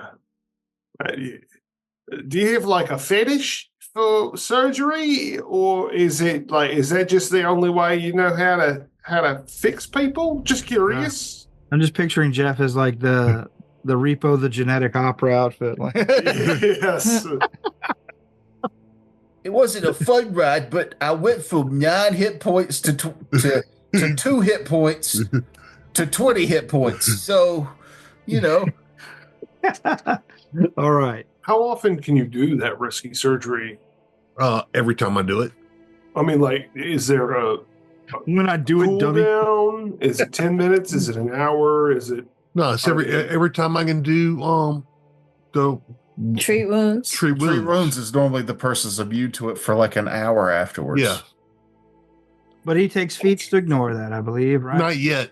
I mean, I thought like so it reads very strangely because it's like if you succeed at your check just in regular treat wounds, it said there's a paragraph that says if you succeed at your check, you can continue treating the targets and grant additional healing. If you treat for a total of 1 hour, double the hit points it regains from treat wounds. The result of your medicine checks determine how many hit points the target regains, and then it tells you critical success, and critical failure. So is it like? So so for 10 minutes you get to make a medicine check. If you succeed at that check, then you can extend it up to an hour to double the amount you heal. But that's if you only continuously do that. Yes. Yeah. And then continual recovery, when you take that makes it so that even if you fail, you can try again in 10 minutes. Yeah. Right? Yeah. Okay. Cool. Because that's that's how I had done it for myself the last time. I treated myself back to back because I succeeded the first time to get to where I needed to be. Right. I think that's how you should do it if you succeeded. Now, that means that I can't treat myself because it hasn't been an hour since our last fight. Or has it? Oh, yeah, maybe I couldn't treat myself either, which means I have to take away those hit points. Yeah, we just went through the spark bat fight. And I healed myself after that with the treat wounds. So yeah, I was immune to that for the next hour. Mm-hmm. Well, the next 50 minutes. Right. Yeah. And so it was 40 minutes because it's gonna it would have taken me 20 minutes to do. Yeah, yours you did back to back, so it'd be 20 minutes. So we got another 40, and then however long that fight took, which wasn't long, and going down that hallway. It was 3 rounds. It was 18 seconds. Yeah. So got some time before I can heal myself, and I don't want y'all to touch my blood. Because it's gross. Well, we got plenty of blood sitting right here on the floor where I can just give infusions. Delicious blood. It's poison. That might be where I did a D8 points of damage for my risky surgery. I give blood infusions using the blood slime on the floor. I trust your medical profession because it's one of the only skills I haven't put any points into.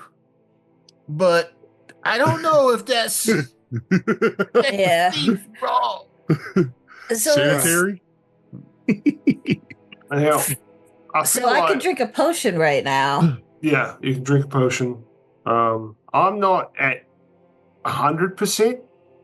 And if we take like an hour sitting here in this blood room, I could be. I guess I could take a potion, but it's like we are so inexperienced at this. If I get hit one good time, well, I'm not 100%, I might die. Same. I'm feeling about halfway right now. All right. Well, I got a spell. I can cast a spell on who's the worst right now.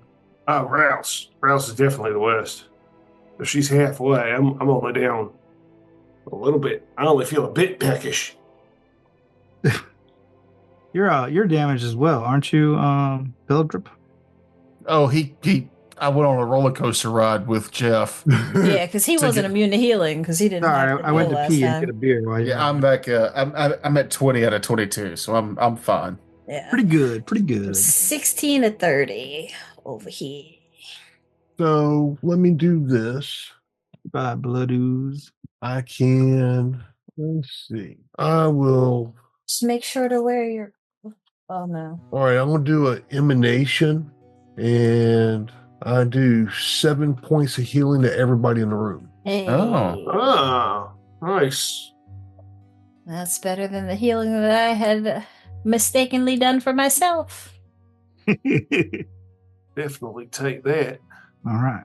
I gotta stop giving myself damage when I'm trying to heal myself. Oh, is this This- what do you call it? Problem? The path builder, the slider for damage is on top of the slider for Oh, healing. I kept looking up, seeing that I was down to 0 health, and I'm like, what the hell? And I kept giving myself damage instead of healing. word. Oh, God. All right. Sorry. Looking at That works well for just topping someone off. So I can only do that so many times. Is that a euphemism that I'm unaware of? Topping someone off? It is now. The way you went. Immediately. It wasn't the fake laugh. It was the minuscule amount of seconds it took for you to do it. I'm going to top someone off. Immediately. Sorry. I mean. No, it's good. I'm Really? laughing. It's when we go silent that you should actually apologize. Not when we're laughing. I That's know, a good thing. I'm Laughter's very well good. aware when my jokes fail to land. It's I'm entertained, so So is everyone healed up to their satisfaction? Yeah, good enough. All right. I think so, Are you and it's been at least a half hour now. He has it. It has to. Well, it has to have been since we began healing the last time, because Yes. there's been 3 heals that happened. Well, there You see- was. Oh, sorry. Yeah. You took 20 minutes. He took another 10 minutes in this room, so that's 30 minutes. You're Oh, okay. Yeah, you're right. And then however long it took us to go down the hallway and actually have the fight. So, about 35 minutes. You guys dicked around with some weird looking corpses. It's fine. Mm-hmm. All right. So Searching 10 room. minutes in the corpse room. Searching the blood room just to make sure that there's nothing else in here. you search the gory room, and besides the ruby, you don't really find anything unusual or valuable or interesting beyond that. All right. There's another. After you get to the far end of this chamber, there's another hall going down to the south, which you see turns off pretty quickly. All right, well, let's hit it. In this small hallway, you see that there is a relief carved on the wall that appears to be a pattern of writhing insects. Hmm. Oh, Ping. it. When I say And- ping, I'm doing a detect magic. All right. When I say ping, I'm checking for traps Check- and whatnot. All right. 21. Neither of you come up with anything on your traps / magical pings. And when you get to the end of the little short hallway, Rouse, you can see the chamber beyond is a largish. Oh gosh, where'd that come from? Go away. There you go.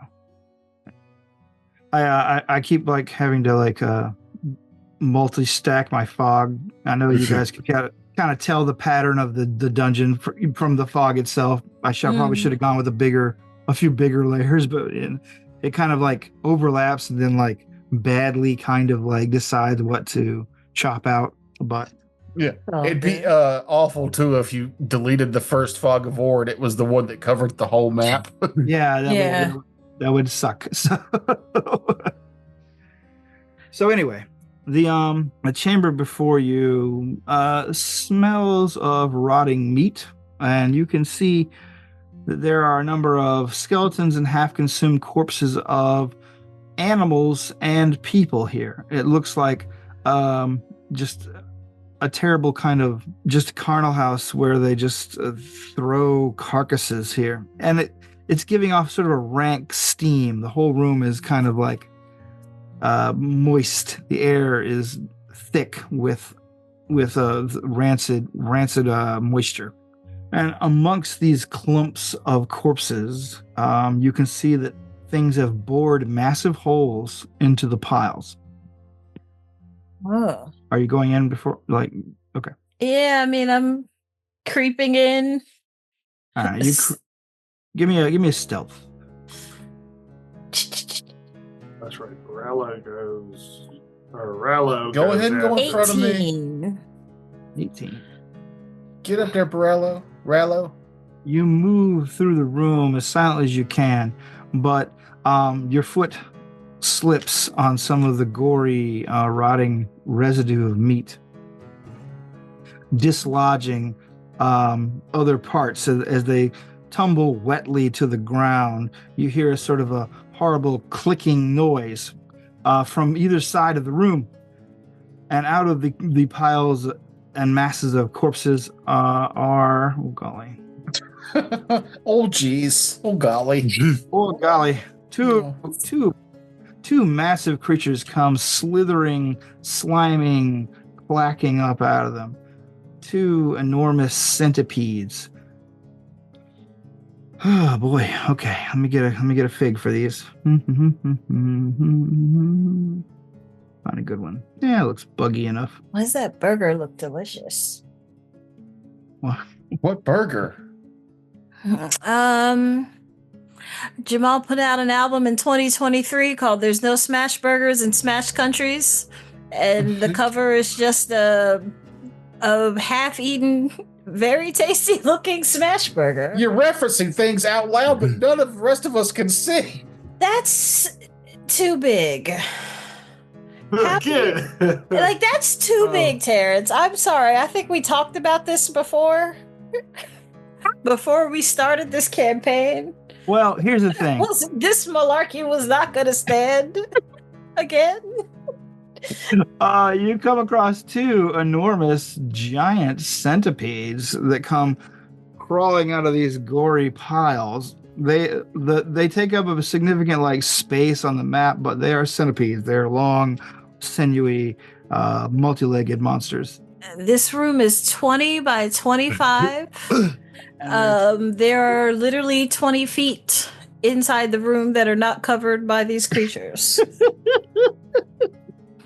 And the 20 feet are not together.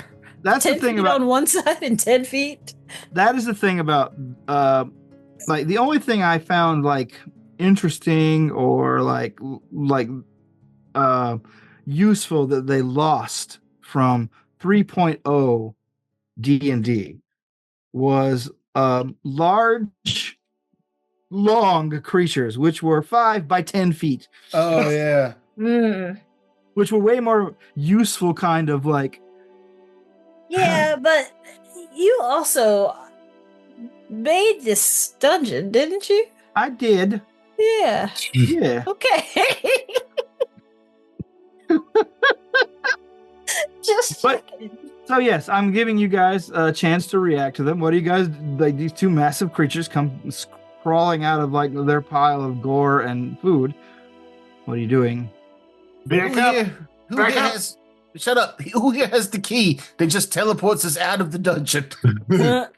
Yeah. Well, if you recall, the dungeon sealed up after you when you came in. Mm-hmm. Yeah. Oh, well.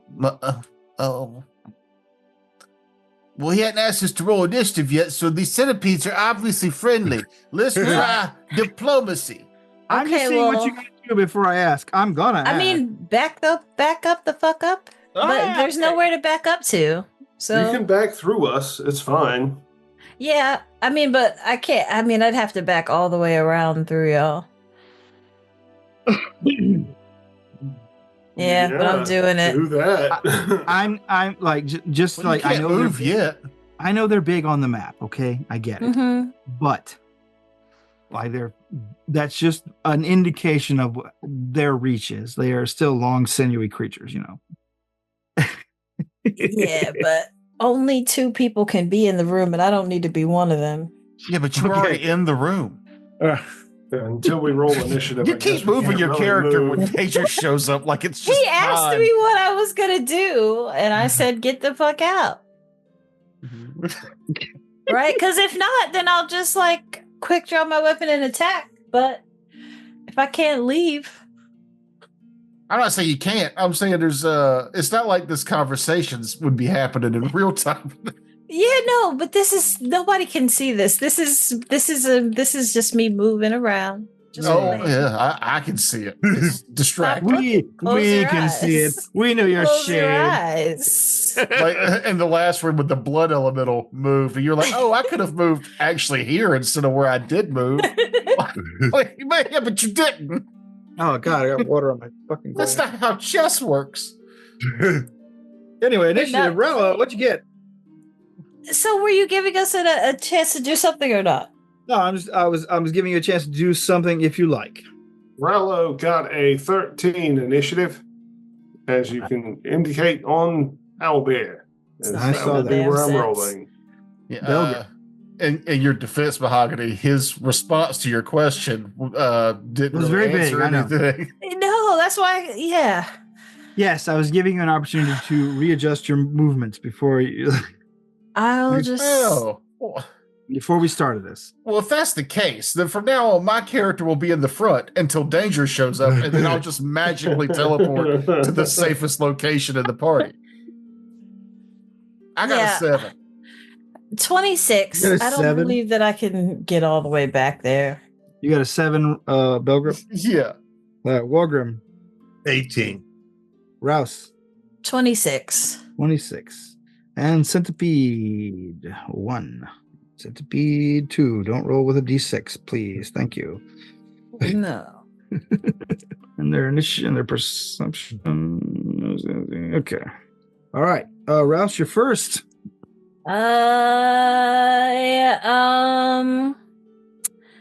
It's gonna be a hunt prey situation. We're gonna hunt prey on the one nearest to me and flurry at it. 16 and a natural 1. Oh. 16 or natural 1. 16, unfortunately, does not get it. The natural 1 definitely does not. Okay, bye. All right. Back Rouse- around the corner. Rouse doubles out of the room, out around the corner. She probably went, ah! And then double shot and backed around everyone. Like, excuse me, excuse me, excuse me. All right, one of the centipede moves up and intertwines with its compatriots, getting in front of the hallway. It strikes at the first person it sees. It's like Who is that? Oh, it's Wargrim. Wargrim, one of the centipedes comes up. It strikes at you with its mandibles, but I don't think 17 hits you. You're able to dodge it, and it tries again. This time, doing worse. We're at where you go, Wargrim. All right. Going to take a swing at it. All right. Let's see. 18 to hit. 18 unfortunately misses. It's very close. I retreat. All right. These are huge creatures, by the way. They are huge creatures. Huge. Not Technically, gargantuan. like I said, long, sinewy creatures that, like. And cast shield spell. All right. Move back. Cast shield. Centipede 2 moves up and begins to move itself down the pathway, coming up to, I guess that's Rallo. Rallo, it takes a bite at you with its mandibles. Gosh, that one probably might hit you. Let's see. 19. Okay, 22 gets you, yes. Yep. Wait, what am I looking for? What would damage die? Oh, shit. Sorry. There you go. That does 12 damage. Mm-hmm. Let's see. And it takes a second strike at you, but misses badly. Belgrip, Rallo, your go. The creature's in your face. It bit you once. What you doing? I'm gonna flurry of blows. First attack. Natural 3. Fucking awesome. Hero point. Yes. Let's do that again. Natural 20. Ooh. That's good. Go ahead. So that's going to be a critical. This is in conjunction to my second hit, which is a natural 19. That is the AC you're looking for. They are on Owlbear, so you can see those. I believe you. We're working on the honor system here, people. I'm not gonna. So the first critical hit was a 28. The second hit was a 23. Both hit. That's not going to be a critical. Okay. No. So you need a 29 to critical it without the natural 20. Yeah. Let's roll damage. This is going to add together if there's any thingamajig. So the first one is going to be 10. Oh, you fucking asshole. I rolled a 1 on my critical hit. Shit. Oh, actually, I rolled damage for the critical first because it was my first hit, so that would have been more. Whatever. It doesn't Go matter. ahead. What is the damage? Dude, tell me what you need. The first hit's going to be 12 plus 4 is 16, and the second hit is 5. So 21. 21? All right. You do a lot of damage to this thing. Cracking its face, you see its hard carapace of its face split as you strike it as hard as you can. We're at Belgrip now. Nope, I believe you're still at me. Oh, okay. Let's see. That was one action. Oh, Jesus. Retreat down the hallway. So it has to come through the hallway. And we can come back to the room. I will spend my last 2 actions to ready an action for after everyone else moves. I will then move. All right. That way I'm not leaving Belgrip at the mercy of a centipede. They've both gone already, though, right? Yeah. They both gone now. Oh, still, though, it doesn't feel right to leave Belgrip as the... Please. But then nobody else will get to attack it because will be waiting for you. I don't know. Okay, I will hit it one more time and then I'll move. Okay. Yeah, just... Does a 14 hit? It does not. You said 19. Okay, now I will move. Sorry, I was trying to be noble, trying to be a good party member. Patty. But I will... Stop that. I will move to there so everybody has room, and then me and Morgrim can hit it together. Okay. Belgrip. You even from the corner you're at, you can see both of them pretty well. So you actually have a shot if you would like to take one. I'm gonna quick vial acid and acid bomb them real quick. All right. How much spread is that? Is that something you can do? I will take 1 point of splash because I'm gonna hit the one that's closest. Gotcha. But it should splash both of them. Gotcha. It was so close to a natural 20 that it tipped over to 14. A 21 will hit, though, yes? It will definitely hit. Okay. So, me and the one behind it will both take 1 acid damage. All right. 1 acid. And the main guy will take 2 acid damage. Oh, nice. No, because I don't roll until. So now he has. He takes. So splash affects everybody now, even the person that hits initially. Okay. And then with acid, it's one damage on the initial hit, 1 splash damage, and then at the end of his next round, he'll take D6 acid damage, and he has to roll a recovery check. So it has the opportunity to do bukus of damage, but it won't do it until the end of his next turn. So that was it was 2 actions. He's got persistent 1d6 acid, and but not the splash guy. Not the splash guy. Just me and the splash guy took 1 acid. The guy in the middle took 2, and now has persistent acid. Okie dokie. And then I will 5, 10, 15, 20. I will move as far as I can. All right, 25. You scamper back down the hall as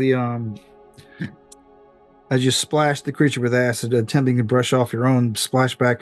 Rouse, here you go. Rouse, you actually, even if you're using a ranged weapon, you can still see the corner of the main one with its head tentatively feeling around the corner there. That is my hunted prey, so I will flurry at him. 24 and 21, so 2 hits. Both hits, yes. Total of 5 damage. Between the two? Between the two. 1 and a 4. All right. And I'm going to go ahead and use my second action to shoot at him, and that's a 13, and that's going to miss. Okay. And my third action, I'm getting the fuck out of there. All right. That guy go. Let's see. No, is that guy? Yeah. That guy goes. Move 5, 10, 15, 20, 25. Let me check this guy's speed real quick. Yeah. Okay. It circles around as it moves down the hallway, looping up toward the ceiling and coming into the room attached to the ceiling. I know I can't see your guys here, so I'm just assume he's above your head. Let's see. I'm gonna roll randomly, even or odd. Rattle and Wargrim. You're odd. Don't care. You said the same. I'm even. Okay, there you go. It's odd. So it's Rattle. Rattle, the creature moves down the hallway, angling as it goes up to the ceiling of the room that you just fought the blood ooze in, and then it sort of reaches down and takes a snap at you with its mandibles again. Doing, let's see, 26 to hit. Woof. Well, hits. All Not right. a crit, but a hit. And doing 11 damage this time. 11 damage. That's getting kind of scary now. Let's see, move. Let's see. It takes its secondary attack on Wargrim, but I don't think 15 gets you. Nope. So that's its go. So it takes 4 acid damage. It needs to give me a flat check. Flat check. 15 or better. I got a 3. All right. Nice. So then he is still acided. Acided. So it takes 4, still dripping with acid. That is it. We're on 18. Wargrim, it's your go. And he's done within melee range. Let's see. I would say he is, because he had to extend down to get you. Okay. He's like pretty tall. I'm just like, yeah, it's like a fucking long ass centipede monster. So All right. First attack. I'm just putting it where it actually is during this. That's fine. All right. All right. Let's see. Try to ignore the 2-dimensionality of our map. You guys like firing upwards and Rolled a 14 plus 7, 21. hit. All right.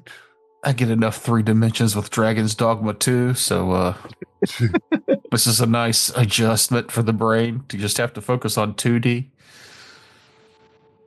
11 points. Oh, how many is he at? Oh, does my scabbard rattle? Oh, yeah. For this guy, let's see. Yes. All right. Then he takes 14 points damage. Oof. All right. 14. Let me do a little math here. 30. All right. You slice the centipede's head off, or actually, if you want to describe it, go ahead. I'll let you do it. Yeah. Okay. You slice the centipede's head off, and it releases its body from the roof, falling, its many limbs twitching as it lies on its back in the hallway, twitching horribly. Its compatriot, however, moves in along the ceiling, along the same path as before. It double moves, so it takes a bite at the nearest person as it swirls around, which is, I guess So that's Delver. his turn now? Oh, did you guess? Or is it my turn? Oh, I'm sorry. Did you have more actions? My bad. Yeah. Oh, sorry. Then let me go back. Whoop. I will cast shield spell. Well, I mean, because it's not in there for me to attack. So, Mm-hmm. all right. And I can't Okay. ready in action to attack it. So, yeah. All right. Again, it double moves again along the ceiling, moves into the room itself, crawling along the ceiling. It reaches down to nip at Belgrup. Just a little teeny nip, which doesn't do much because I fucking rolled a 2. Belgrup, you're able to dodge this Rouse attack. yelled at him, "Leave him alone!" Yeah, leave me alone.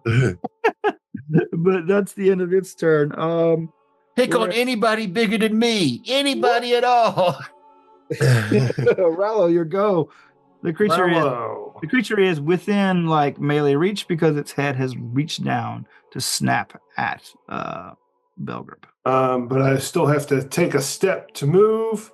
Yeah, still gotta move. Do we know if it had any like weaknesses or resistances? Nobody rolled that check, did they? No, I hadn't had a chance. Somebody rolled the nature for it, I believe. Yeah.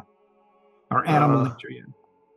All right, so just step up, and I'm going to flurry again. Gonna roll in Owlbear. This is a +8 for a 20. Does a 20 hit? 20 does hit. Nice. This is my second flurry swing, which is a miss. So that's just going to be 5 damage. 5 damage. And then I will do one more attack at my map. This is +0, 16, which will be nothing. Okay. All right. Belgrip, you go. The creature's above you. It's taking nips at you. It's biting, but missing. Yeah, I'm going to attempt to overcharge Tanya. Hey, a success! Finally! Now I'll miss with the attack, I'm sure. Let's hope not. Let's hit it. Oh, I don't think a 16 hits. I'm going to use a hero point. All right. Do it. Just like Mahogany. One less on the second roll for a 15. Right. Awesome. You fire off what would have been a very powerful attack. However, the creature sinuously dodges out of the way. 5, 10, 15, 20, 25. I moved back down the hallway it came from. Okay. Remember, anybody bigger than me, even the girl that was like trying to fess up and telling me to stop hitting me, you can hit her. Don't hit me. Rouse, you're the top of the round. What are you doing? Per usual, top of the round. Did we lose her? She got really mad about me saying that, you know, maybe the centipede should hit her instead of me after she vouched for me and left the room. Talking the whole time, but I was hard muted. So I missed twice on a flurry after making this one my hunted prey with an 11 and an 18. Okay. And so that's 2 actions. And with my third action, I I can't go this way, right? You can't. Yeah, it's on the ceiling. It's on the ceiling. 25 feet. Hold on. What? As you move past, however, the thing's tail whips down from the ceiling. Oh, you mamzahula. Because it has a tail attack. Did you know that? I did not know But does it have an attack of opportunity? It does have an attack of opportunity. Reactive strike. Tail only. That's bullshit, and that's well, it's the first time you guys have been in the same room as its tail. Hey, I mean, I ran away from it. I said to shut up. 24 to hit you. Obviously. All right. Well, the tail damage doesn't do as much as the better not. So 7 damage plus knockdown. You are knocked down. So what does that mean? I don't get to move? I get to attempt a trip on you, which means I gotta. And you do that on an attack of opportunity.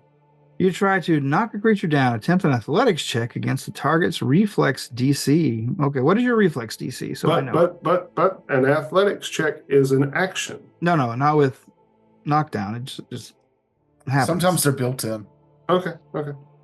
So yeah, I'm gonna attempt an athletics check.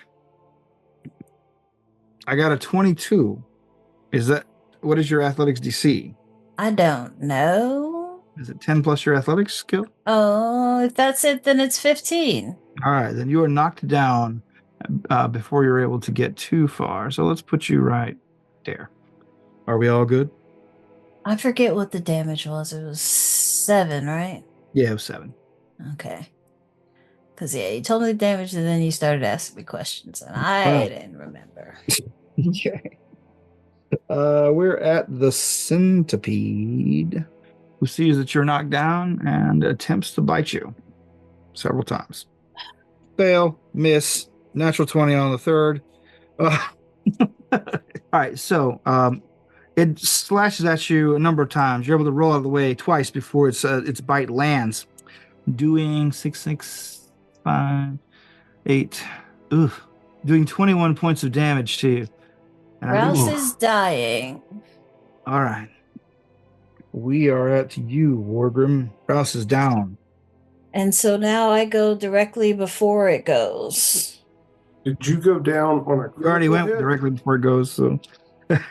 I did go down on a crit, so I'm dying too. Yep. Wargrim, your go. All right. So this is me not as familiar with this game. So I can heal ranged to bring her back up. Yeah. Right now she's technically at 0 hit points. I'm at 0 hit points, and yeah, you go ahead. Tell him. She's at 0 hit points, unconscious, and prone. And if you bring me back up, I'll be at wounded 2. Wounded 1. I'm dying 2. You're still just got a wounded 1. Okay. Right? You sure? Okay. Pretty sure. Yeah, I think you go to wounded 1, and then if you get hit again and come back up, you'll be at wounded 2. I think that's how that works. Yeah, same. Excuse me. Yeah, if you lose the dying condition, you do not already have the wounded condition, you become wounded 1. If you already have the wounded condition and lose the dying condition, your wounded condition increases. So being wounded doesn't have anything to do with the dying condition or level, just the condition. But that means if you go down again, will you drop to dying 3? If I go down again by a crit, Yeah. then yes. Okay, so if you go down again, you'll just go to dying 2 without a crit. Right. Okay. Does that answer your question, Jeff? Yeah. So I'm gonna do a ranged heal on her. All right. Takes 2 actions, and she'll get 15 points back. Ooh. All right, Rouse, you suddenly wake up prone on the ground. You can still hear the centipede slithering above your head as your compatriots continue to combat it. What else are you doing, Jeff? Wargrim, excuse me. I'm gonna take my last action to make it a swipe at it. All right. All right, let's see. 16 plus 8, 23 to hit. 23 will hit. How's it doing? Is my scabbard shaking? It is not. This creature is fairly fresh. Okay. Then it only takes 7 points of damage. 7. All right. We're at Rattle. This creature has knocked one of your companions down, inducing a healing rescue. What are you doing?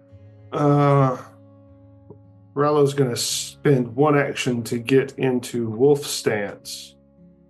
Going to use my second action to... Those are wolf noises. Flurry of blows. All right. Come on. Natural 20. On Owlbear. You can see it. That's where I'm rolling from now on. Second attack, natural 14 for an 18's not going to hit it, though, is it? No, I'm afraid not. Okay. Flanking? I am flanking. That's true. Yeah. So, yes, it will hit. Nice. You're welcome. This is my kill. So let's see. That is, I haven't manually rolled a critical before, so I roll 2 dice and double my modifier. No. Well, no. You roll it. I think by the rules, normally you roll it once and double it, but I like rolling twice. Yeah, I've always liked. Because if you roll a 1, it sucks. It does suck. So I'd rather have an average critical than a So that's 4 plus 4 plus 4. So my critical hit does 12. And then my regular hit does 9. Okay. Now your weapon starts rattling, Jeff. 1 more attack. That was my flurry. This is my special wolf attack, which is at a +0, 18.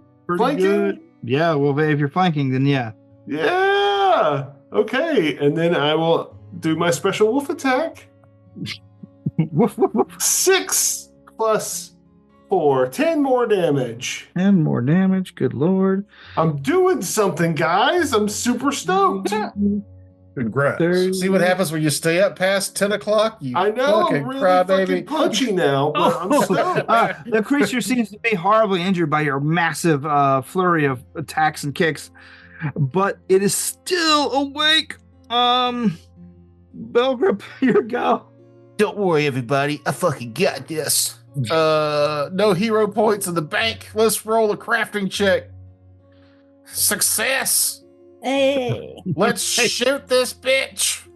Do it. Fuck. 16. All right. I'm going to shoot again. Okay. And I'm out of actions. 21. That is a hit. I had to roll a 19 to get that 21, but I'll take it. All right, so that it's been so long since my overdrive went off. That gives me it'll be a +4.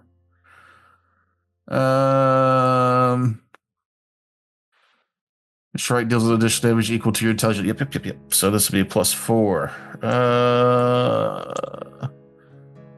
7 damage. 7 damage. An explosion of greenish yellow bug guts come flying out of the wound that you create, and the creature sort of relinquishes its hold on the ceiling and slumps to the floor, slowly flopping to the ground, twitching its legs, spasmodically jerking, and then finally it dies. Fuck yes.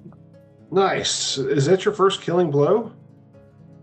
I don't know. I don't keep up with such mundane things. First thing Rallo does is he's going to drop into his lotus position and refocus, because I forgot that I can just get back my focus points if I spend 10 minutes meditating. Can I make a suggestion that we search this stuff, search out of the room real quick, and then go back into the room that we were in earlier that's got a door, and secure that door, and then stay in there for about an hour so we can make sure everybody's healed up? Yeah, I'm fine with that. Oh, can I make a buckler? We only really need like 20 more minutes, but yeah. Is there any way I can pull off a piece of this thing's chitin and make a buckler out of it? You can have someone with a good craft check make a buckler out of it. That would have to be a house rule, because actually crafting a buckler takes a few days. That's terrible, but stupid. if you roll good enough, I will let him make you make a makeshift. I mean, didn't we kill something that had a buckler a way back? Did you? I thought we did.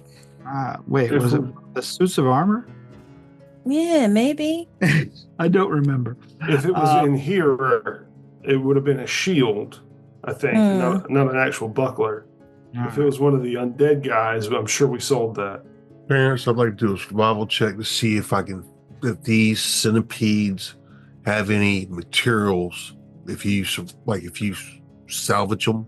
Yes, you find something peculiar on these centipedes whenever you begin to like check them over for like valuables and things like that.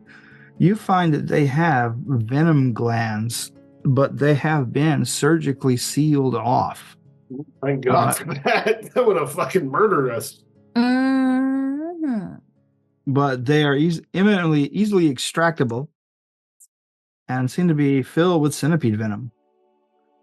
Then we will remove them and, like I said, search the room and bring everybody back to the other room and use our other room to secure ourselves, and so we got time to rest and heal everybody up. All right. In the room with all the gore and stuff, you find that there is a nest of centipede eggs. Let's see. Smash. They might be worth money. They are. They could, in fact, be worth money. Or they could hatch and kill us in our sleep. So which is it? Smash or steal or take? Well, see much. There are 6 of them, 6 viable eggs. How much is it worth? Give me a nature. Yeah. Okay. You mean a craft check won't tell you how expensive? Actually, give me a nature or a craft. 21. I get a 20. You're joking. Oh, I got a 23 nature. Yeah. All right. So if you got over a 20 in either skill, you know that these eggs can sell for quite a bit if they're viable, and these are fertilized, viable eggs. You have 6 of them. They are probably worth at least 20 gold apiece. Holy shit. Okay. I go to stomp on them, and then I look down and I go, oh, wait a minute. These are worth money. Do you have somewhere secure to put them? Yeah. Secure them and then retreat back to that room. Is there a notes pad on Path Builder? Under details in the middle where weapons and yes. defense and shit is?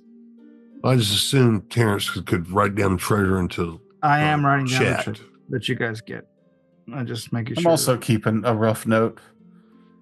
They changed. Okay. Unless you're using Google Chrome itself, you can't copy paste shit in Google Docs. Well, you have to Control V it, which is not a natural thing for me. So, and I use Firefox, so if I'm taking notes and I have to copy shit and paste shit. At any rate, so yes, you are able to salvage 6 of these eggs. Oh, that's not bad. Could he get off a chunk of the centipede that I might be able to turn into a buckler if Give me a craft check, Belgium. Okay. 10. I rolled a 2. You find most of its chitinous plates are probably in too bad a condition after such a pummeling. So, unfortunately, you're not able to. All right. I'll take a few pieces with us, and we have some actual downtime. I might be able to craft one. That would be absolutely ripper. Speaking of ripper, and I point to the hole in my guts. I think we need to take ourselves a break for a little bit. That's why I was kind of saying about us come back to this room, make sure we can secure ourselves, then we'll look at who's the worst and start working. All right. I'm one worse than I was last time.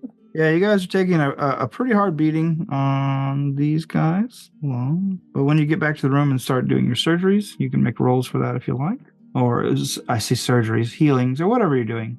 I'll start off trying to heal myself. I crit heal myself. Nice. Just nice.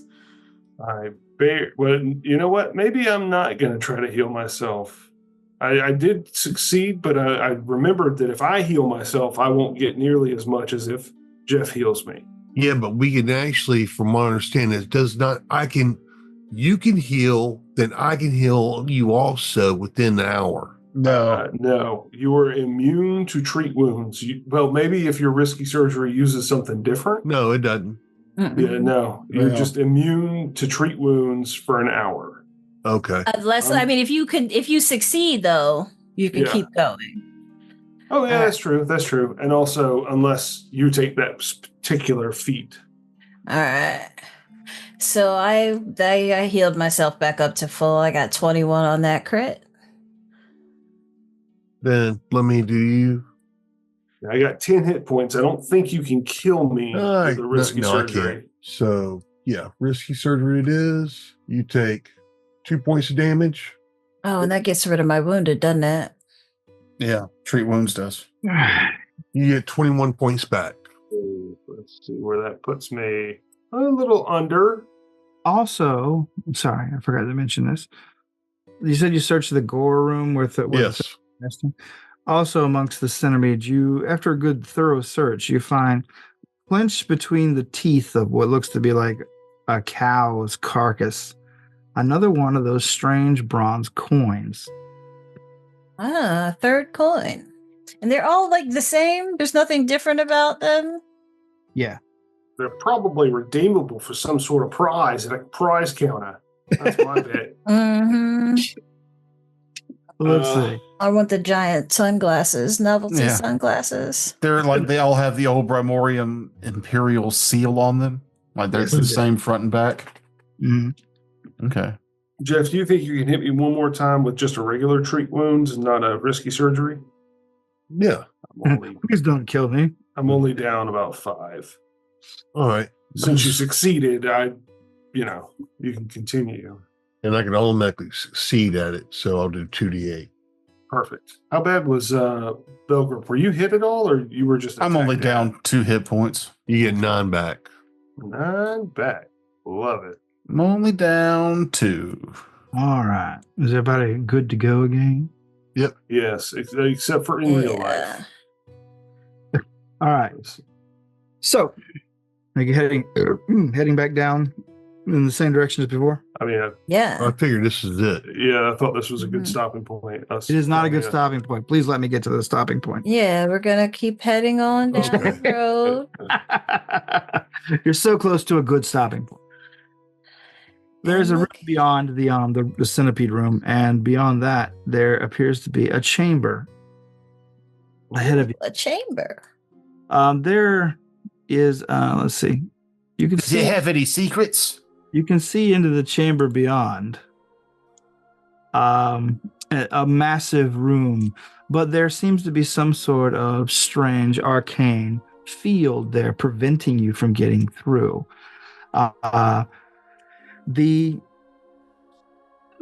It's sort of a glowing red kind of aura that blocks off the hall into the strange large circular chamber beyond. Did we miss something? And when you get close to it, words begin to slowly form onto the aura, like the screen of this arcane barrier. And it says, please insert red key. Anybody see a red key? And nobody saw a red key. Actually, in my backstory, I have a red key. Come on, you didn't think it was going to be that easy. Looks like we're going to have to backtrack. We missed something back find the there. red key. I hope we don't have to wade through that gore anymore. It'd be really hard to find it in that bloody room. Yeah. All right. So next session, the research for the red key. Here we are on dungeon level 1. And if anyone has a screenshot they would like to highlight, feel free to do it. I would like the screenshot to be me, Mahogany, saying to you, Terrence, I told you about these huge creatures in these tiny rooms. That is a fourth wall break. That does not count. I would like the centipedes dangling from the ceiling with like an action shot of us all underneath them, like fighting up. I feel like that'd be like a classic, like Advanced Dungeons and Dragons module cover, you know, like Oh yeah, I feel you there. like a good dungeon action shot. I think another good one would be us not seeing the centipedes rising out of the pit of gore, like us not looking at them, but our backs to it. But that wasn't how it was shaped. So now that I think about it, yeah, from the ceiling, it's a better. All right. Because I was even looking like when you got knocked prone and then woke up, I was like, well, it used to be you couldn't fire a ranged weapon from prone, but you can now. Mm-hmm. It never got back to your turn. It's just at a -2. But like I was picturing like you shooting an arrow from the ground and Belgrip shooting from around the corner, and they just Wargrim with his mighty weapon going through it, and then I don't know, Barallo disco dancing or something, just flailing wildly. Hello, Dick. That was on those centipedes. All the centipedes you did, yeah. That was my fight. That and the blood. All right. Well, thanks everybody for joining us tonight. We'll catch you next time as they backtrack in the dungeon, trying to find a way through to the final chamber. What's the name? What's this episode? What's this episode? Golly, I don't know. Anybody got any ideas? Bloody feet. Bloody feet. What's a good word for no passage? A chamber of dead end. That seems like a spoiler for the very end of the episode. Yep. Mm-hmm. Yeah, but they won't know what it means. Constipation.